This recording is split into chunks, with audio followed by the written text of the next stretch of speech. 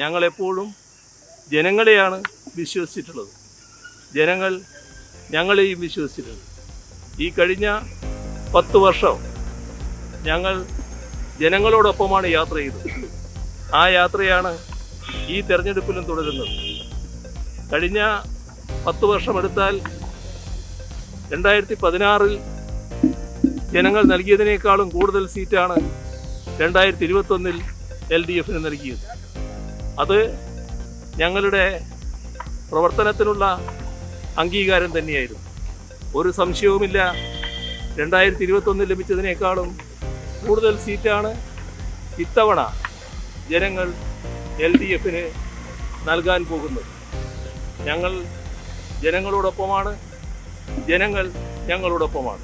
നമുക്ക് ഒരു വികസിത കേരളം, അതാണ് ഞങ്ങൾ LDF പറഞ്ഞ നവകേരളം. അത് ഒരു സ്വപ്നമല്ല, സാധ്യമാക്കാവുന്ന ഒരു പദ്ധതിയാണ്. അതിലേക്ക് നമുക്ക് നീങ്ങാം. 2031 കേരളം എങ്ങനെയാണ് എന്ന് നേരത്തെ തന്നെ വ്യക്തമാക്കി കഴിഞ്ഞതുമാണ്. സംസ്ഥാന രൂപീകരണത്തിന് ശേഷമുള്ള ചരിത്ര വിധിയെഴുത്താണ് കേരളം രേഖപ്പെടുത്തിയത്. ഇന്ന് നാം തൊട്ടറിയുന്ന കേരളം കൂടുതൽ മെച്ചപ്പെട്ട കേരളമായി പുതിയ തലമുറയ്ക്ക് കൈമാറുന്നതിനായി നാം എടുത്ത തീരുമാനം ശരിയായിരുന്നോ എന്ന് രേഖപ്പെടുത്തുന്ന വിധിയെഴുത്ത്. തുടരേണ്ടത് വികസനവും ക്ഷേമവും തന്നെ എന്ന ജനാഭിലാഷത്തെ അട്ടിമറിക്കാൻ ഡീൽ നുണകൾ മുതൽ നോട്ടുകെട്ടുകൾ വരെ വാരിയെറിഞ്ഞ പ്രതിപക്ഷത്തെ വിലയിരുത്തിയ വിധിയെഴുത്ത്. 4 വോട്ടിന് വേണ്ടിയുള്ള നട്ടാൽ കുരുക്കാത്ത നുണകളും 4 ആളിൻ്റെ മുന്നിൽ പറയാൻ കൊള്ളാത്ത നാണം കെട്ട ബന്ധങ്ങളും നാടിൻ്റെ നല്ലതിനല്ലെന്ന് തിരിച്ചറിഞ്ഞ വിധിയെഴുത്ത്. ഒരു ജനസമൂഹം എന്ന നിലയിൽ കേരളം നേടിയെടുത്ത എല്ലാ നന്മകളും തുടരേണ്ടതുണ്ട്. അതിന് തന്നെയായിരുന്നോ ഈ വിധിയെഴുത്ത്? 1 മാസം നീളുന്ന കാത്തിരിപ്പ് നല്ലതിൻ്റെ തുടർച്ചയാകണമെന്ന് ജനങ്ങൾ ഒന്നടങ്കം വിലയിരുത്തുന്നു. ഈ വിഷയമാണ് ന്യൂസ് ആൻഡ് വ്യൂസ് ഇന്ന് ചർച്ച ചെയ്യുന്നത്. ചർച്ചയിൽ പങ്കെടുക്കുന്നത് CPIM നേതാവ് PK ഗോപൻ, കോൺഗ്രസ് നേതാവ് തൗഫീഖ് രാജൻ, മുതിർന്ന മാധ്യമപ്രവർത്തകൻ M ജയചന്ദ്രൻ എന്നിവരാണ്. സ്വാഗതം ചർച്ചയിലേക്ക് 3 പേർക്ക്. ഏതായാലും തൗഫീഖ് രാജൻ, ഈ കഴിഞ്ഞ കാലങ്ങളിലൊക്കെ വിലയിരുത്തലുണ്ട്. ഈ പോളിംഗ് പെർസെൻറ്റേജ് കൂടിക്കഴിഞ്ഞാൽ ചിലർക്ക് ഗുണം ചെയ്യും, ചിലർക്ക് ഗുണം ചെയ്യില്ല എന്നടക്കമുള്ള. പക്ഷേ അത് കഴിഞ്ഞ 1-2 നാളുകളായി തവണകളായി മാറ്റിമറിക്കപ്പെടുകയും ചെയ്തിട്ടുണ്ട്. ഏതായാലും ഒരു വിലയിരുത്തൽ തൗഫീഖ് രാജൻ അടക്കം ഉണ്ടാകുമല്ലോ. എന്തായാലും ഈ തെരഞ്ഞെടുപ്പിന് ശേഷം എത്ര സീറ്റ് കിട്ടും, എങ്ങനെയാണ് നിങ്ങളുടെ ഒരു പ്രകടനം, ഇത്തരം കാര്യങ്ങളൊക്കെ വിലയിരുത്തിയിട്ടുണ്ടാകുമല്ലോ. എന്തായാലും വലിയ ഈ തെരഞ്ഞെടുപ്പിന് ശേഷം, ഈ പോളിംഗ് പൂർത്തിയായതിനു ശേഷം വലിയ ഒരു പ്രതികരണങ്ങളൊന്നും കോൺഗ്രസ് നേതാക്കളുടെ ഭാഗത്തു നിന്ന് നമ്മൾ ഇതുവരെ കണ്ടിട്ടില്ല. പ്രതിപക്ഷ നേതാവ് നിങ്ങളുടെ മുദ്രാവാക്യം എടുത്ത് പറയുന്നത് ഫേസ്ബുക്ക് പോസ്റ്റ് ഇട്ടത് മാത്രം കണ്ടിട്ടുണ്ട്, മറ്റ് പ്രതികരണങ്ങളൊന്നും ഇതുവരെ കണ്ടിട്ടില്ല. എന്താണ്, എങ്ങനെയാണ് തെരഞ്ഞെടുപ്പിനെ വിലയിരുത്തുന്നത്, പോളിംഗിനെ വിലയിരുത്തുന്നത് തൗഫീഖ് രാജൻ? പ്രിയപ്പെട്ട സിജു, ആവേശഭരിതനാകേണ്ട, ഒട്ടും സംശയം വേണ്ട.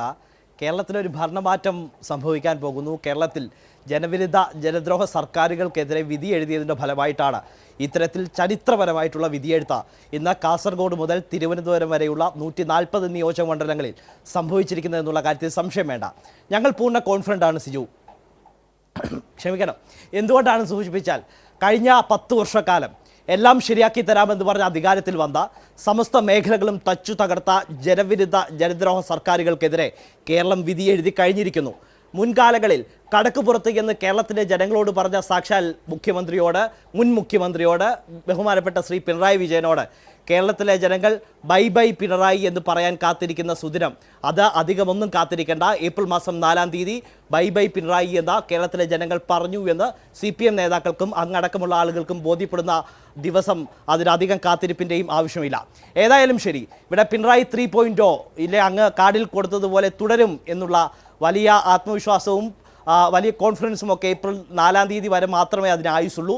ഞങ്ങളുടെ കോൺഫിഡൻസിന് അത് കേരളത്തിലെ ജനങ്ങൾ തന്നിട്ടുള്ള കോൺഫിഡൻസാണ്. കാരണം സാക്ഷാൽ കാരണഭൂതൻ്റെ ഭരണം മതിയായി എന്ന കേരളത്തിലെ ജനങ്ങൾക്ക് കൃത്യവും വ്യക്തവുമായിട്ടുള്ള ബോധ്യം അത് സംഭവിച്ചിട്ടുണ്ട്.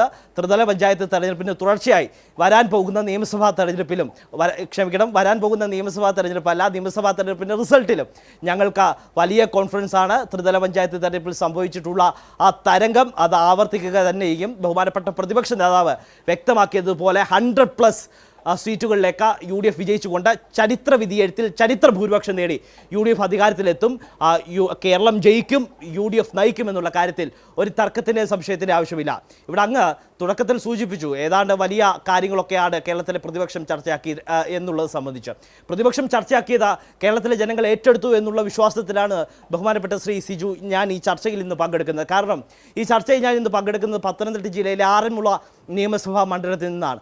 ഏറ്റവും കൂടുതൽ ചർച്ചയായിട്ടുള്ള ശക്തമായിട്ടുള്ള മത്സരം നടക്കുന്ന ഒരു നിയമസഭാ മണ്ഡലം. ഇടതു സ്ഥാനാർത്ഥിയും ഒപ്പം തന്നെ കോൺഗ്രസ് സ്ഥാനാർത്ഥിയും നേരിട്ട് ഏറ്റുമുട്ടുന്ന മണ്ഡലം. ആ മണ്ഡലത്തിൽ ബഹുമാനപ്പെട്ട ഐക്യജനാധിപത്യ മുന്നണിയുടെ സ്ഥാനാർത്ഥി അബിൻ വർക്കി അട്ടിമറി വിജയം നേടാൻ പോകുന്ന ഒരു സുദിനത്തിനായി ഞങ്ങൾ എല്ലാവരും കാത്തിരിക്കുകയാണ്. അത് കാത്തിരിപ്പിനപ്പുറം അതൊരു യാഥാർത്ഥ്യവുമാണ്. കാരണം കേരളത്തിലെ പല മന്ത്രിമാരുടെയും വിക്കറ്റുകൾ അത് ക്ലീൻ ബൗൾഡ് ആവും. അക്കാര്യത്തിലൊരു സംശയം വേണ്ട. അതിൽ ആദ്യം വിക്കറ്റ് തെറിക്കുക ആറന്മുള നിയമസഭാ മണ്ഡലത്തിലെ നിലവിലത്തെ നിയമസഭാ സാമാജിക മുൻ ആരോഗ്യമന്ത്രി ആരോഗ്യമേഖലയെ വെന്റിലേറ്ററിലേക്ക് എത്തിച്ച ആരോഗ്യമേഖലയെ സമാനതകളില്ലാത്ത തരത്തിലുള്ള തകർച്ചയിലേക്ക് എത്തിച്ച ശ്രീമതി വീണ ജോർജിൻ്റെ വിക്കറ്റ് തെറിച്ചുകൊണ്ടായിരിക്കുമെന്നുള്ള കാര്യത്തിൽ ഒരു സംശയം വേണ്ട. ഞങ്ങളെ പ്രതിപക്ഷ നേതാവ് ഇന്നടക്കം അങ്ങ് ഫേസ്ബുക്ക് പോസ്റ്റാണ് ബഹുമാനപ്പെട്ട പ്രതിപക്ഷ നേതാവ് ഇട്ടതെന്നടക്കം സൂചിപ്പിച്ചു. ഒരു സംശയം വേണ്ട സിജു, അടുത്ത ദിവസങ്ങളിൽ ബഹുമാനപ്പെട്ട UDFൻ്റെ നേതാക്കന്മാരുടെ KPCCയുടെ അധ്യക്ഷൻ്റെ അടക്കം പ്രതികരണങ്ങൾ ഇപ്പോൾ ഏതാണ്ട് തെരഞ്ഞെടുപ്പ് കഴിഞ്ഞ് 2 മണിക്കൂർ മാത്രമേ പിന്നിട്ടിട്ടുള്ളൂ. ബഹുമാനപ്പെട്ട KPCC പ്രസിഡന്റ് സ്ഥാനാർത്ഥിയാണ്. ബഹുമാനപ്പെട്ട UDFൻ്റെ അടക്കമുള്ള നേതാക്കളെല്ലാം ആ പ്രചരണ പ്രവർത്തനങ്ങൾക്ക് ചുക്കാൻ പിടിച്ച വ്യക്തികളാണ്. അതുകൊണ്ട് തന്നെ ഈ ഞങ്ങളുടെ വിലയിരുത്തലുകൾ അടക്കം എടുത്ത ശേഷം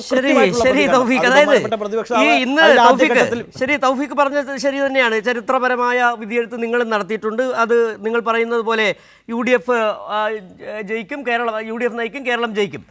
ഇന്നത്തെ ദിവസം നിങ്ങളുടെ മുൻ ഒരു KPCC അധ്യക്ഷൻ അതായത് K. സുധാകരൻ പറഞ്ഞു കേരളത്തിലെ ജനങ്ങൾ തുടർഭരണത്തിനായി വോട്ട് ചെയ്തു. അത് പറഞ്ഞതിന് ശേഷം അദ്ദേഹം തിരുത്തുകയും ചെയ്തു. ഇത് നേരത്തെ തൗഫീഖ് രാജൻ ഈ ചർച്ചയിലെ തുടക്കത്തിൽ തന്നെ പറഞ്ഞ ചില കാര്യങ്ങളുണ്ട്. എന്തൊക്കെയോ ജനദ്രോഹകരമായ നടപടികളാണ് ഈ കേരളത്തിലെ സർക്കാർ കൊണ്ടുവന്നത്, അതുകൊണ്ട് ചർച്ച ചെയ്യപ്പെട്ടു. പക്ഷേ ഈ തെരഞ്ഞെടുപ്പിൻ്റെ അവസാന ദിവസം വരെയും ഒരൊറ്റ വരി എന്തെങ്കിലും ഒരു അഴിമതി ആരോപണം സംസ്ഥാന സർക്കാർ ഏതെങ്കിലും മന്ത്രിക്കെതിരെ കൊണ്ടുവന്നോ? ഈ അവസാന നിമിഷം വരെ മാധ്യമങ്ങൾ ചർച്ച ചെയ്ത് എന്തായിരുന്നു എന്ന് തൗഫീഖ് രാജൻ ഓർമ്മയുണ്ടോ? ആ വയനാട് ദുരന്തവുമായി ബന്ധപ്പെട്ട് 150 കോടി അടിച്ചു മാറ്റിയത് അതടക്കമുള്ള വിഷയങ്ങൾ തന്നെയാണ്. പിന്നെ ഈ ആറന്മുളയിലെ കാര്യം പറഞ്ഞല്ലോ, അബിൻ വർക്കിയെ സംബന്ധിച്ച്. അബിൻ വർക്ക് കൂടി ഉൾപ്പെട്ട യൂത്ത് കോൺഗ്രസ് ആണല്ലോ അവിടെ ഈ വയനാട്ടിൽ 30 വീട് വെച്ച് കൊടുക്കുമെന്ന് പറഞ്ഞിട്ട് അവിടെ ജനങ്ങൾ ചോദിച്ചിട്ടുണ്ട് ആറന്മുളയിലെ. പിന്നെ അബിൻ വർക്കി എങ്ങനെയൊക്കെ അവിടെ വന്നൊന്നുമില്ല. അബിൻ വർക്കിയെ കഴിഞ്ഞാൽ നമുക്കറിയാം ഈ രാഹുൽ മാങ്കൂട്ടത്തിലെ പ്രസിഡന്റ് ആക്കാൻ വേണ്ടി അബിൻ വർക്കിയെ വെട്ടി ഒതുക്കി അടക്കമുള്ള കാര്യങ്ങൾ അതിപ്പോൾ നമ്മുടെ വിഷയമല്ല. എന്നാൽ പോലും ഈ തരത്തിൽ സാധാരണഗതിയിൽ ഒരു തെരഞ്ഞെടുപ്പിൽ എന്തേ ഒരു സർക്കാരിനെതിരെ വലിയ ചർച്ച കൊണ്ടുവരാൻ മാധ്യമങ്ങൾക്കടക്കം തയ്യാറാകാതെ പോയത്? എവിടെയാണ് പ്രതിപക്ഷം പ്രതിസ്ഥാനത്ത് ആയിപ്പോയത് തൗഫീഖ്? എങ്ങനെയാണ് വയനാട് ദുരന്തത്തിൻ്റെ പേരിൽ നിങ്ങൾ 150 കോടി തട്ടിച്ചത് ജനം ചർച്ച ചെയ്തത്? അത് തെരഞ്ഞെടുപ്പിൽ വലിയ വിഷയമായി മാറിയത് എന്തുകൊണ്ട്? പ്രതിപക്ഷത്തിന് ഒരക്ഷരം നിയമസഭയിൽ പോലും ഒരു അഴിമതി കൊണ്ടുവരാൻ കഴിയാതിരുന്നത് അത് ചർച്ച ചെയ്യപ്പെടണ്ടേ? അങ്ങനെയല്ലേ തെരഞ്ഞെടുപ്പ്? ഭരണപക്ഷത്തിനെതിരെയാകണ്ടേ? ശരി സിജു, ബഹുമാനപ്പെട്ട സിജുവിൻ്റെ ചോദ്യം 1 മിനിറ്റ് നീണ്ട ചോദ്യം അവസാനിച്ചു എന്ന് ഞാൻ വിശ്വസിക്കുന്നു. അങ്ങനെയാണെങ്കിൽ അങ്ങ് ചോദിച്ച ഓരോ ചോദ്യത്തിനും ഞാൻ മറുപടി പറയാൻ തയ്യാറാണ്. ആദ്യഘട്ടത്തിൽ അങ്ങ് വ്യക്തമാക്കിയത് വയനാട് ഫണ്ടുമായി ബന്ധപ്പെട്ടാണ്. വയനാട് ഫണ്ടിൻ്റെ കാര്യത്തിൽ ബഹുമാനപ്പെട്ട KPCC പ്രസിഡന്റ് വ്യക്തത വരുത്തി സംസാരിച്ചിട്ടുണ്ട്. അത് അങ്ങടക്കം ആ സ്റ്റേറ്റ്മെൻറ്റ് കണ്ടതാണല്ലോ. അതിനപ്പുറത്തേക്ക് എനിക്കൊരു ചോദ്യം ചോദിക്കാനുണ്ട്. അതായത് DYFI കുറേ പണം കൊടുത്തു എന്ന് പറയുന്നുണ്ട്. ആദ്യം കൊടുത്തതും പിന്നീട് എന്നാണ് യഥാർത്ഥ ഡേറ്റും എന്നതിനെ സംബന്ധിച്ച കേരളത്തിലെ ജനങ്ങൾക്ക് വ്യക്തമായി അത് ബോധ്യപ്പെട്ടിട്ടുമുള്ളതാണ്. ആ ഉടനീളം അതായത് 8 മാസക്കാലം ഈ അക്കൗണ്ടിലിട്ട് അതിൻ്റെ പലിശ ആർക്ക് വേണ്ടിയിട്ടാണ് വിനിയോഗിച്ചതെന്നും അത് ആരുടെ അക്കൗണ്ടിലേക്കാണ് പോയത് എന്നും അറിയാൻ ഞങ്ങൾക്ക് താല്പര്യമുണ്ട്. അതിനപ്പുറത്തേക്ക് 178 വീട്ടുകളിലെ താക്കോലാണല്ലോ ശ്രീ സിജു ബഹുമാനപ്പെട്ട മുഖ്യമന്ത്രി വയനാട് ചൂരൽമലയിൽ ചെന്ന് നൽകുന്ന സാഹചര്യം ഉണ്ടായത്. ആ 178 വീട്ടിൽ നിന്ന് ഏതെങ്കിലും ഒരു വീട്ടിൽ നിന്ന് 178 വീടാണ് നിങ്ങൾ ബഹുമാനപ്പെട്ട മുഖ്യമന്ത്രി അവിടെ ചെന്ന് വയനാട് ചൂരൽമലയിൽ ചെന്ന് നൽകുന്ന സാഹചര്യം ഉണ്ടായത്. ആ 178 വീട്ടിൽ നിന്ന് ഏതെങ്കിലും ഒരു വീട്ടിൽ നിന്ന് ഇറങ്ങി പോളിംഗ് ബൂത്തിലേക്ക് ചെന്ന് വോട്ട് ചെയ്ത ഒരു വോട്ടറുടെ ചിത്രം നിങ്ങൾക്ക് എനിക്കൊന്ന് കാണിച്ചു തരാൻ പറ്റുമോ? ആ 178 പേരും ഇപ്പോഴും വാടക വീട്ടിലടക്കം കഴിയുന്ന സാഹചര്യമാണ്. നിങ്ങൾ വെറുതെ തെരഞ്ഞെടുപ്പിന് മുമ്പ് കുറേ PR എക്സസൈസ് നടത്തി കുറേ PR പരിപാടി നടത്തി അങ്ങ് വിജയിക്കാം എന്ന് വിചാരിച്ചോ? ഇല്ലല്ലോ.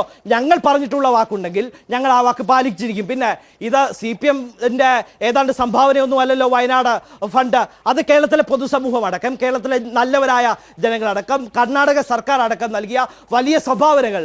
ആ സംഭാവനകൾ ബഹുമാനപ്പെട്ട കേരള സർക്കാരിൻ്റെ അക്കൗണ്ടിലേക്ക് വരികയും ആ പണം വിനിയോഗിക്കുകയുമാണ് ചെയ്തത്. അത് യാഥാർത്ഥ്യമാണ്. അതിനപ്പുറത്തേക്ക് ഞാൻ അങ്ങോട്ട് ചോദിച്ചു, ഈ DYFI കുറെ പലിശ വാങ്ങിച്ചിട്ടുണ്ട്. ആ പലിശ ആരുടെ അക്കൗണ്ടിലാണ്, ആരുടെ അക്കൗണ്ട് നേട്ടത്തിന് വേണ്ടിയിട്ടാണ് ഉപയോഗിച്ചതെന്നടക്കം അറിയാൻ എനിക്കൊരു താല്പര്യമുണ്ട്. അതിനപ്പുറത്തേക്ക് അങ്ങ് ചോദിച്ചു,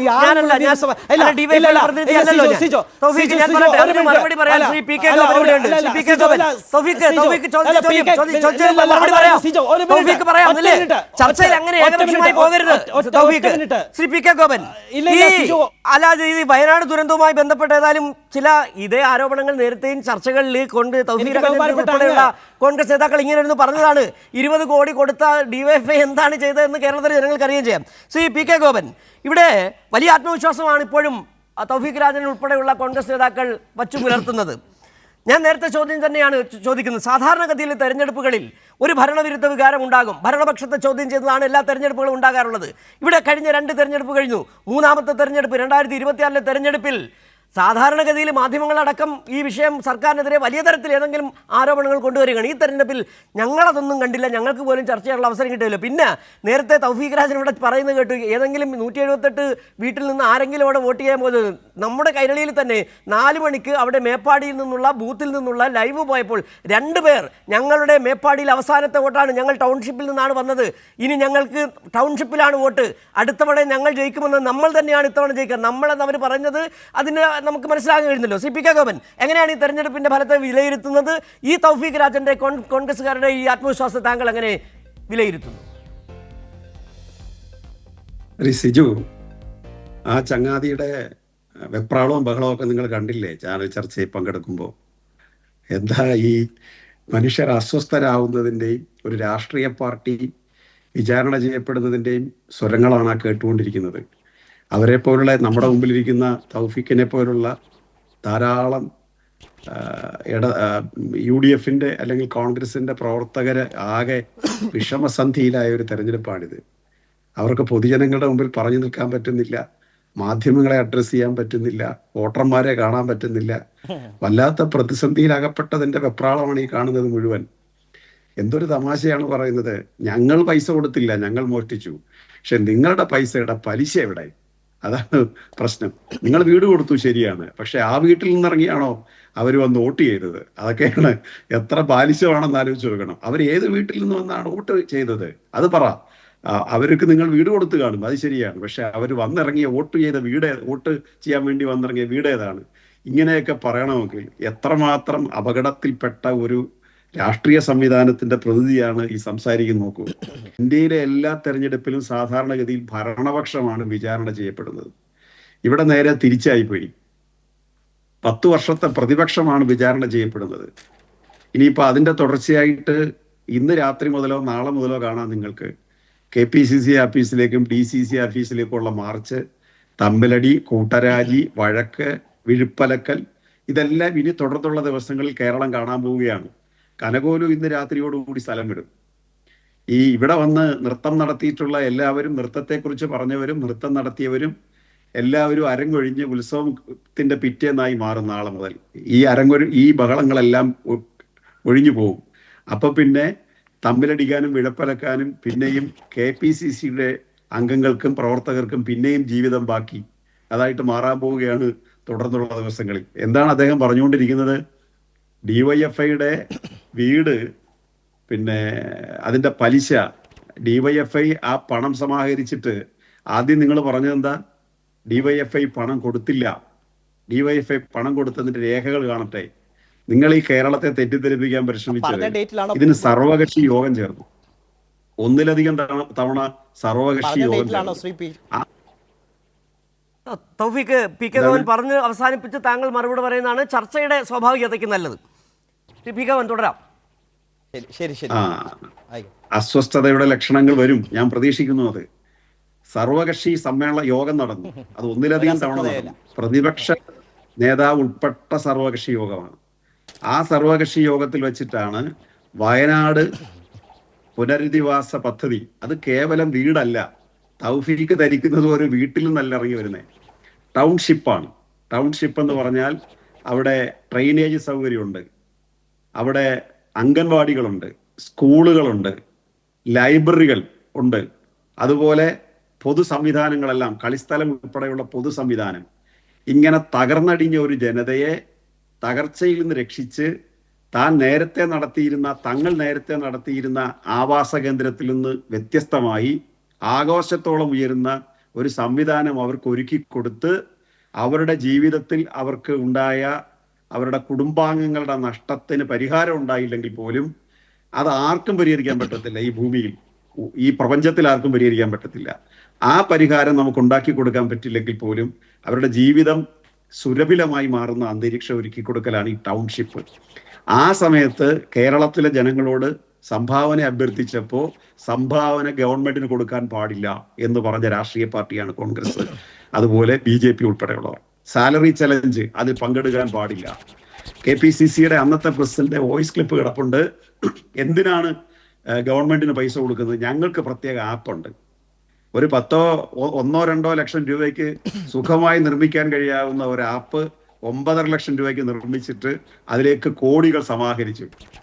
ഇപ്പൊ ആപ്പും ഇല്ല, വീടും ഇല്ല, കോടികളും ഇല്ല. നിങ്ങൾ വിചാരണ ചെയ്യപ്പെട്ടു ഈ തെരഞ്ഞെടുപ്പിൽ ഭംഗിയായി. അങ്ങനെ അവിടെ സർവകക്ഷി യോഗത്തിന്റെ അടിസ്ഥാനത്തിൽ ഗവൺമെന്റിലേക്ക് പണം കൊടുക്കുക എന്നുള്ളതാണ്. അപ്പൊ അതിന്റെ അടിസ്ഥാനത്തിലാണ് DYFI പൊതുജനങ്ങളിൽ നിന്ന് പണം സമാഹരിച്ചില്ല. DYFI തൗഫീഖിന്റെ വീട്ടിൽ വന്നാലും മനോഹരമായ ഒരു ഭക്ഷണപ്പൊതി കൊടുക്കും. അത് നമ്മൾ ആശുപത്രികളിൽ കാണുന്നുണ്ട്. അതുപോലെ കേരളത്തിൽ അവർ ചെയ്തത് പണം പിരിക്കാനല്ല പോയത്, ചെന്നാൽ തരുമെന്ന് അവർക്കറിയാം. അവരുടെ അധ്വാനമാണ് അവർ ഉപയോഗിച്ചത്. അവർ ആക്രി പറക്കി. നിങ്ങളുടെ ഒരു നേതാവ് പറഞ്ഞ എന്താ, ആക്രി കോർപ്പറേഷന്റെ ചെയർമാൻ ആക്കാമെന്ന് DYFI. ഒരു ത്യാഗസുരഭിലമായ പ്രവർത്തനത്തെ നിങ്ങൾ ആക്ഷേപിച്ചു. ഇത് ജനം കണ്ടുകൊണ്ടിരിക്കുകയാണ്. അവരെ ആക്രി പറക്കി, അവർ മണലുവാരി, അവർ പാറ പണിഞ്ഞു, അവർ വീട് പണിഞ്ഞു, അവർ വിളമ്പാൻ വേണ്ടി കല്യാണ സദ്യയിൽ പങ്കെടുത്ത് വിളമ്പിക്കൊടുത്തു. അങ്ങനെ ഉണ്ടാക്കിയ പണമാണ് 20,44 ലക്ഷം രൂപ. അതിന്റെ പലിശയും ആ പ്രദേശത്തേക്ക് ചെലവഴിക്കാനുള്ളതാ. നിങ്ങൾക്ക് ഒട്ടും തെറ്റിദ്ധാരണ വേണ്ട. എത്ര രൂപ അതിന് പലിശ കിട്ടും, ഇതെല്ലാം ബാങ്ക് സ്റ്റേറ്റ്മെന്റ് ഉള്ളതാണ്. അതെടുത്ത് DYFIക്കാരുടെ വീട്ടിൽ കൊണ്ടുപോകുന്നില്ല. കാരണം അവരെ പരിശീലിപ്പിക്കുന്ന യൂത്ത് കോൺഗ്രസ് അല്ല തൗഫീഖ്. അതുകൊണ്ടാണ് KPCC പ്രസിഡന്റ് ആയിരുന്ന സുധാകരൻ നിങ്ങളോട് പറഞ്ഞത് DYFIക്കാരെ കണ്ടുപിടിക്കാൻ. നിങ്ങളത് മനസ്സിലായോ? നിങ്ങളോട് പറഞ്ഞിട്ടുണ്ട്, അദ്ദേഹം തന്നെ പറഞ്ഞിട്ടുണ്ട് DYFIക്കാരെ കണ്ടുപിടിക്കാൻ. ആ പൈസ അതിനുള്ളതാ. അങ്ങനെ കൊടുത്തിട്ടാണ് ആ വീട് നിർമ്മിക്കുന്നത്. അതിന് അവര് മാത്രമല്ല, ഏതെല്ലാം സംഘടനകൾ, ഞങ്ങൾ നേരത്തെ അത് വ്യക്തമാക്കിയിട്ടുള്ളതാണ്. CPMന്റെ കേന്ദ്ര നേതൃത്വം 1 കോടിക്കടുത്ത് രൂപ, CI2 5 കോടിക്കടുത്ത് രൂപ, കേരളത്തിലെ സർവീസ് സഹകരണ ബാങ്കുകൾ അവരുടെ ജീവനക്കാർ 110 കോടി രൂപ, മഹിളാ സംഘടന 25 ലക്ഷം രൂപ, SFI 25 ലക്ഷം രൂപ, കേരളത്തിലെ വിവിധ വർഗ ബഹുജന സംഘടനകൾ അവരെല്ലാവരും പൈസ സംഭാവന നൽകി. അതെല്ലാം കൂടി 140-150 കോടി രൂപയുണ്ട്. ഇനി കേരളത്തിലെ ജനപ്രതിനിധികൾ, എല്ലാ CPIMന്റെ MLAമാരും CPIയുടെ MLAമാരും ഇടതുപക്ഷ MLAമാരും സംഭാവന നൽകി. നിങ്ങൾ തലകുനിക്കേണ്ട ഒരു സന്ദർഭമാണ്. ഈ രാജ്യത്തെ തന്നെ ഏറ്റവും വലിയ സമ്പന്നയായ ഒരു വനിത അവിടുത്തെ പാർലമെന്റ് മെമ്പറാണ്. 50 രൂപ അവർ കൊടുത്തില്ല. അവരുടെ MP ഫണ്ടിൽ നിന്ന് പോലും കൊടുത്തില്ല അവര്. നേരെ മറിച്ച് അവരുടെ ജീവിത പങ്കാളി BJPയുടെ ഇലക്ഷൻ ഫണ്ടിലേക്ക് 176 കോടി രൂപ കൊടുത്തു. 176 പൈസ അവർ വയനാട്ടിലേക്ക് കൊടുത്തില്ല. എങ്ങനെ മനസാക്ഷി അനുവദിക്കുന്നു നിങ്ങൾക്ക് ഈ രാഷ്ട്രീയ പ്രവർത്തനം നടത്താൻ? അപ്പോൾ അങ്ങനെ ഉണ്ടായ പൈസ സമാഹരിച്ചിട്ടും ഗവൺമെന്റ് ഫണ്ട് ഉപയോഗിച്ചും ദുരിതാശ്വാസ നിധി ഉപയോഗിച്ചും വളരെ ട്രാൻസ്പെറന്റ് ആയി, ഹൈക്കോടതിയുടെ നിരീക്ഷണത്തിലാണ് ദുരിതാശ്വാസ ഫണ്ട്, വളരെ ട്രാൻസ്പെറന്റ് ആയിട്ട് അവിടെ അവർക്ക് ടൗൺഷിപ്പ് ഉണ്ടാക്കി കൊടുത്തു. നിങ്ങൾ പറഞ്ഞല്ലോ അവരുടെ വീട് പൂർത്തിയായില്ല എന്നുള്ളത്. എന്തിനാണ് അവർ മുഖ്യമന്ത്രിയെ വന്ന് ഉദ്ഘാടനത്തിന് ക്ഷണിച്ചത്? നിങ്ങൾക്ക് ആ ക്ഷണം നിങ്ങൾ കണ്ടായിരുന്നു. മുഖ്യമന്ത്രിയോടുള്ള വാചകം അവരുടെ, സത്യത്തിൽ ആ ക്ലിപ്പിംഗ്സ് കണ്ടാൽ നമ്മൾ കരഞ്ഞു പോകും. അവരുടെ ഒരു വൈകാരികമായ ഒരു ചെറുപ്പക്കാരൻ മുഖ്യമന്ത്രിയോട് പറയുക, അത് അയാളുടെ കണ്ണിൽ നിന്ന് സന്തോഷാശ്രുക്കളാണ് വീഴുന്നത്. ഒരേ സമയം ഒരാൾക്ക് അത് അഭിനയിച്ചാൽ ഓസ്കാറിന് കിട്ടും, അത് അനുകരിച്ചാൽ, അയാളുടെ വർത്തമാനം അനുകരിച്ചാൽ. കാരണം അയാളുടെ മനസ്സിൽ ഉറ്റവരും ഉടയവരും നഷ്ടപ്പെട്ട വിഷമം കിടക്കും. അതോടൊപ്പം തങ്ങൾക്ക് താങ്ങായിട്ട് നിന്ന ഒരു മുഖ്യമന്ത്രി മുമ്പിലിരിക്കുന്നു. എല്ലാം നശിച്ചു എന്ന് കരുതിയ ഒരു സന്ദർഭത്തിൽ അവരെ ഹിമാലയത്തോളം എടുത്തുയർത്തിയ ഒരു മുഖ്യമന്ത്രിയോട് പറയുകയാണ്, അങ്ങ് വരാതെ ആ ചടങ്ങ് പൂർത്തിയാവില്ല. 101 കൊല്ലം വനത്തിൽ പോയി ഉടില് കെട്ടി താമസിച്ച് വനവാസം നടത്തി തപസ് ചെയ്താൽ VD സതീശന്റെ മുമ്പിൽ അങ്ങനെ ഒരു റിക്വസിഷൻ ലോകത്ത് വരില്ല തൗഫീഖെ. നിങ്ങൾ ഇവിടെ വിശദീകരിക്കണ്ട, പക്ഷെ നിങ്ങളുടെ മനസാക്ഷിയോട് നിങ്ങൾ പറയണം. VD സതീശൻ 100 കൊല്ലം കാട്ടിൽ തപസ് ചെയ്താൽ ബഹുമാന്യനായ മുഖ്യമന്ത്രിയുടെ മുമ്പിൽ വന്ന് വയനാട് ദുരന്തത്തിനിരയായവർ തങ്ങളുടെ വീടിന്റെ പാലുകാച്ചിന് അല്ലെങ്കിൽ കൂതാശയ്ക്ക് അല്ലെങ്കിൽ അതിന് ഉദ്ഘാടന ചടങ്ങിന് അങ്ങ് വരുമ്പോൾ ഞങ്ങൾക്കുണ്ടാകാവുന്ന ഒരു സംതൃപ്തി അത് പറഞ്ഞറിയിക്കാൻ വയ്യ എന്ന് കേട്ടല്ലോ. അതാണ് മുഖ്യമന്ത്രി പിണറായി വിജയന്റെയും LDFന്റെയും കൈമുതൽ എന്ന് പറയുന്നത്. കാരണം ഒരു ആകാശത്ത് പരുന്ത് പറന്ന് കോഴിക്കുഞ്ഞുങ്ങളെ റാഞ്ചാൻ ശ്രമിക്കുമ്പോൾ തള്ളക്കോഴി കോഴിക്കുഞ്ഞുങ്ങളെ ചിറകിനടിയിൽ ചേർത്ത് പേർത്തും ചേർത്ത് പിടിക്കുന്നത് പോലെ ക്രൈസിസ് പ്രതിസന്ധി ഘട്ടങ്ങളിൽ ഈ കേരളത്തെ ചേർത്ത് പിടിച്ച മുഖ്യമന്ത്രിയുടെ പേരാ പിണറായി വിജയൻ. അതുകൊണ്ടാണ് 10 വർഷക്കാലത്തെ ഭരണത്തിന്റെ വിലയിരുത്തൽ ഈ തെരഞ്ഞെടുപ്പിൽ ഉണ്ടാകും. ആ തെരഞ്ഞെടുപ്പിൽ വിചാരണ ചെയ്യപ്പെട്ടത് പ്രതിപക്ഷം അല്ലാതെ ഭരണപക്ഷമല്ല. അത് തന്നെയാണ് ശ്രീ പി കോകൻ, വിചാരണ ചെയ്യപ്പെട്ടത് പ്രതിപക്ഷം തന്നെയാണ്. ശ്രീ എം ജയചന്ദ്രൻ, ഒരുപക്ഷെ ഈ ചർച്ചയുടെ തുടക്കത്തിൽ തൗഫീഖ് രാജൻ പ്രകടിപ്പിച്ച ആത്മവിശ്വാസം, അതോടൊപ്പം അദ്ദേഹം ചൂണ്ടിക്കാട്ടിയ വയനാട് ദുരന്തത്തിൽ ഈ DYFI നടത്തിയ പിരിവ്, അതിൻ്റെ പലിശ അടക്കമുള്ള കാര്യങ്ങൾ താങ്കൾ കേട്ടിട്ടുണ്ടല്ലോ. ഏതായാലും അത് കൂടുതൽ എടുത്തിട്ട് അലക്കി കൂടുതൽ തൗഫീഖ് രാജൻ ഉൾപ്പെടെയുള്ള കോൺഗ്രസ് നേതാക്കൾ കൂടുതൽ വെളുപ്പിക്കപ്പെടും, കൂടുതൽ തുറന്നു കാട്ടപ്പെടുമെന്ന് അല്ലാതെ മറ്റൊന്നും സംഭവിക്കാൻ പോകുന്നില്ല. തൗഫീഖിലേക്ക് മടങ്ങുകയാണ്. എം ജയചന്ദ്രൻ, ഇവിടെ നമുക്ക് വീണ്ടും ഈ തെരഞ്ഞെടുപ്പിൻ്റെ ഒരു പരിസമാപ്തിയിലേക്ക് വരികയാണെങ്കിൽ താങ്കളുടെ ഒരു വിലയിരുത്തൽ എന്താണ്? ഈ തെരഞ്ഞെടുപ്പിൽ ഈ നേരത്തെ PK ഗോപൻ ചൂണ്ടിക്കാട്ടിയതുപോലെ വിചാരണ ചെയ്യപ്പെട്ടത് പ്രതിപക്ഷം തന്നെയാണോ? എത്ര സീറ്റാണ്? ഒരു തുടർച്ച താങ്കൾ കാണുന്നുണ്ടോ? ഈ മൂന്നാം 3.0 പിണറായി സർക്കാർ 3.0 എന്ന് പറയുന്നത് ഒരു പറച്ചിലല്ല, അതൊരു തുടർച്ചയുണ്ടോ? എങ്ങനെയാണ് താങ്കളുടെ ഒരു വിലയിരുത്തൽ?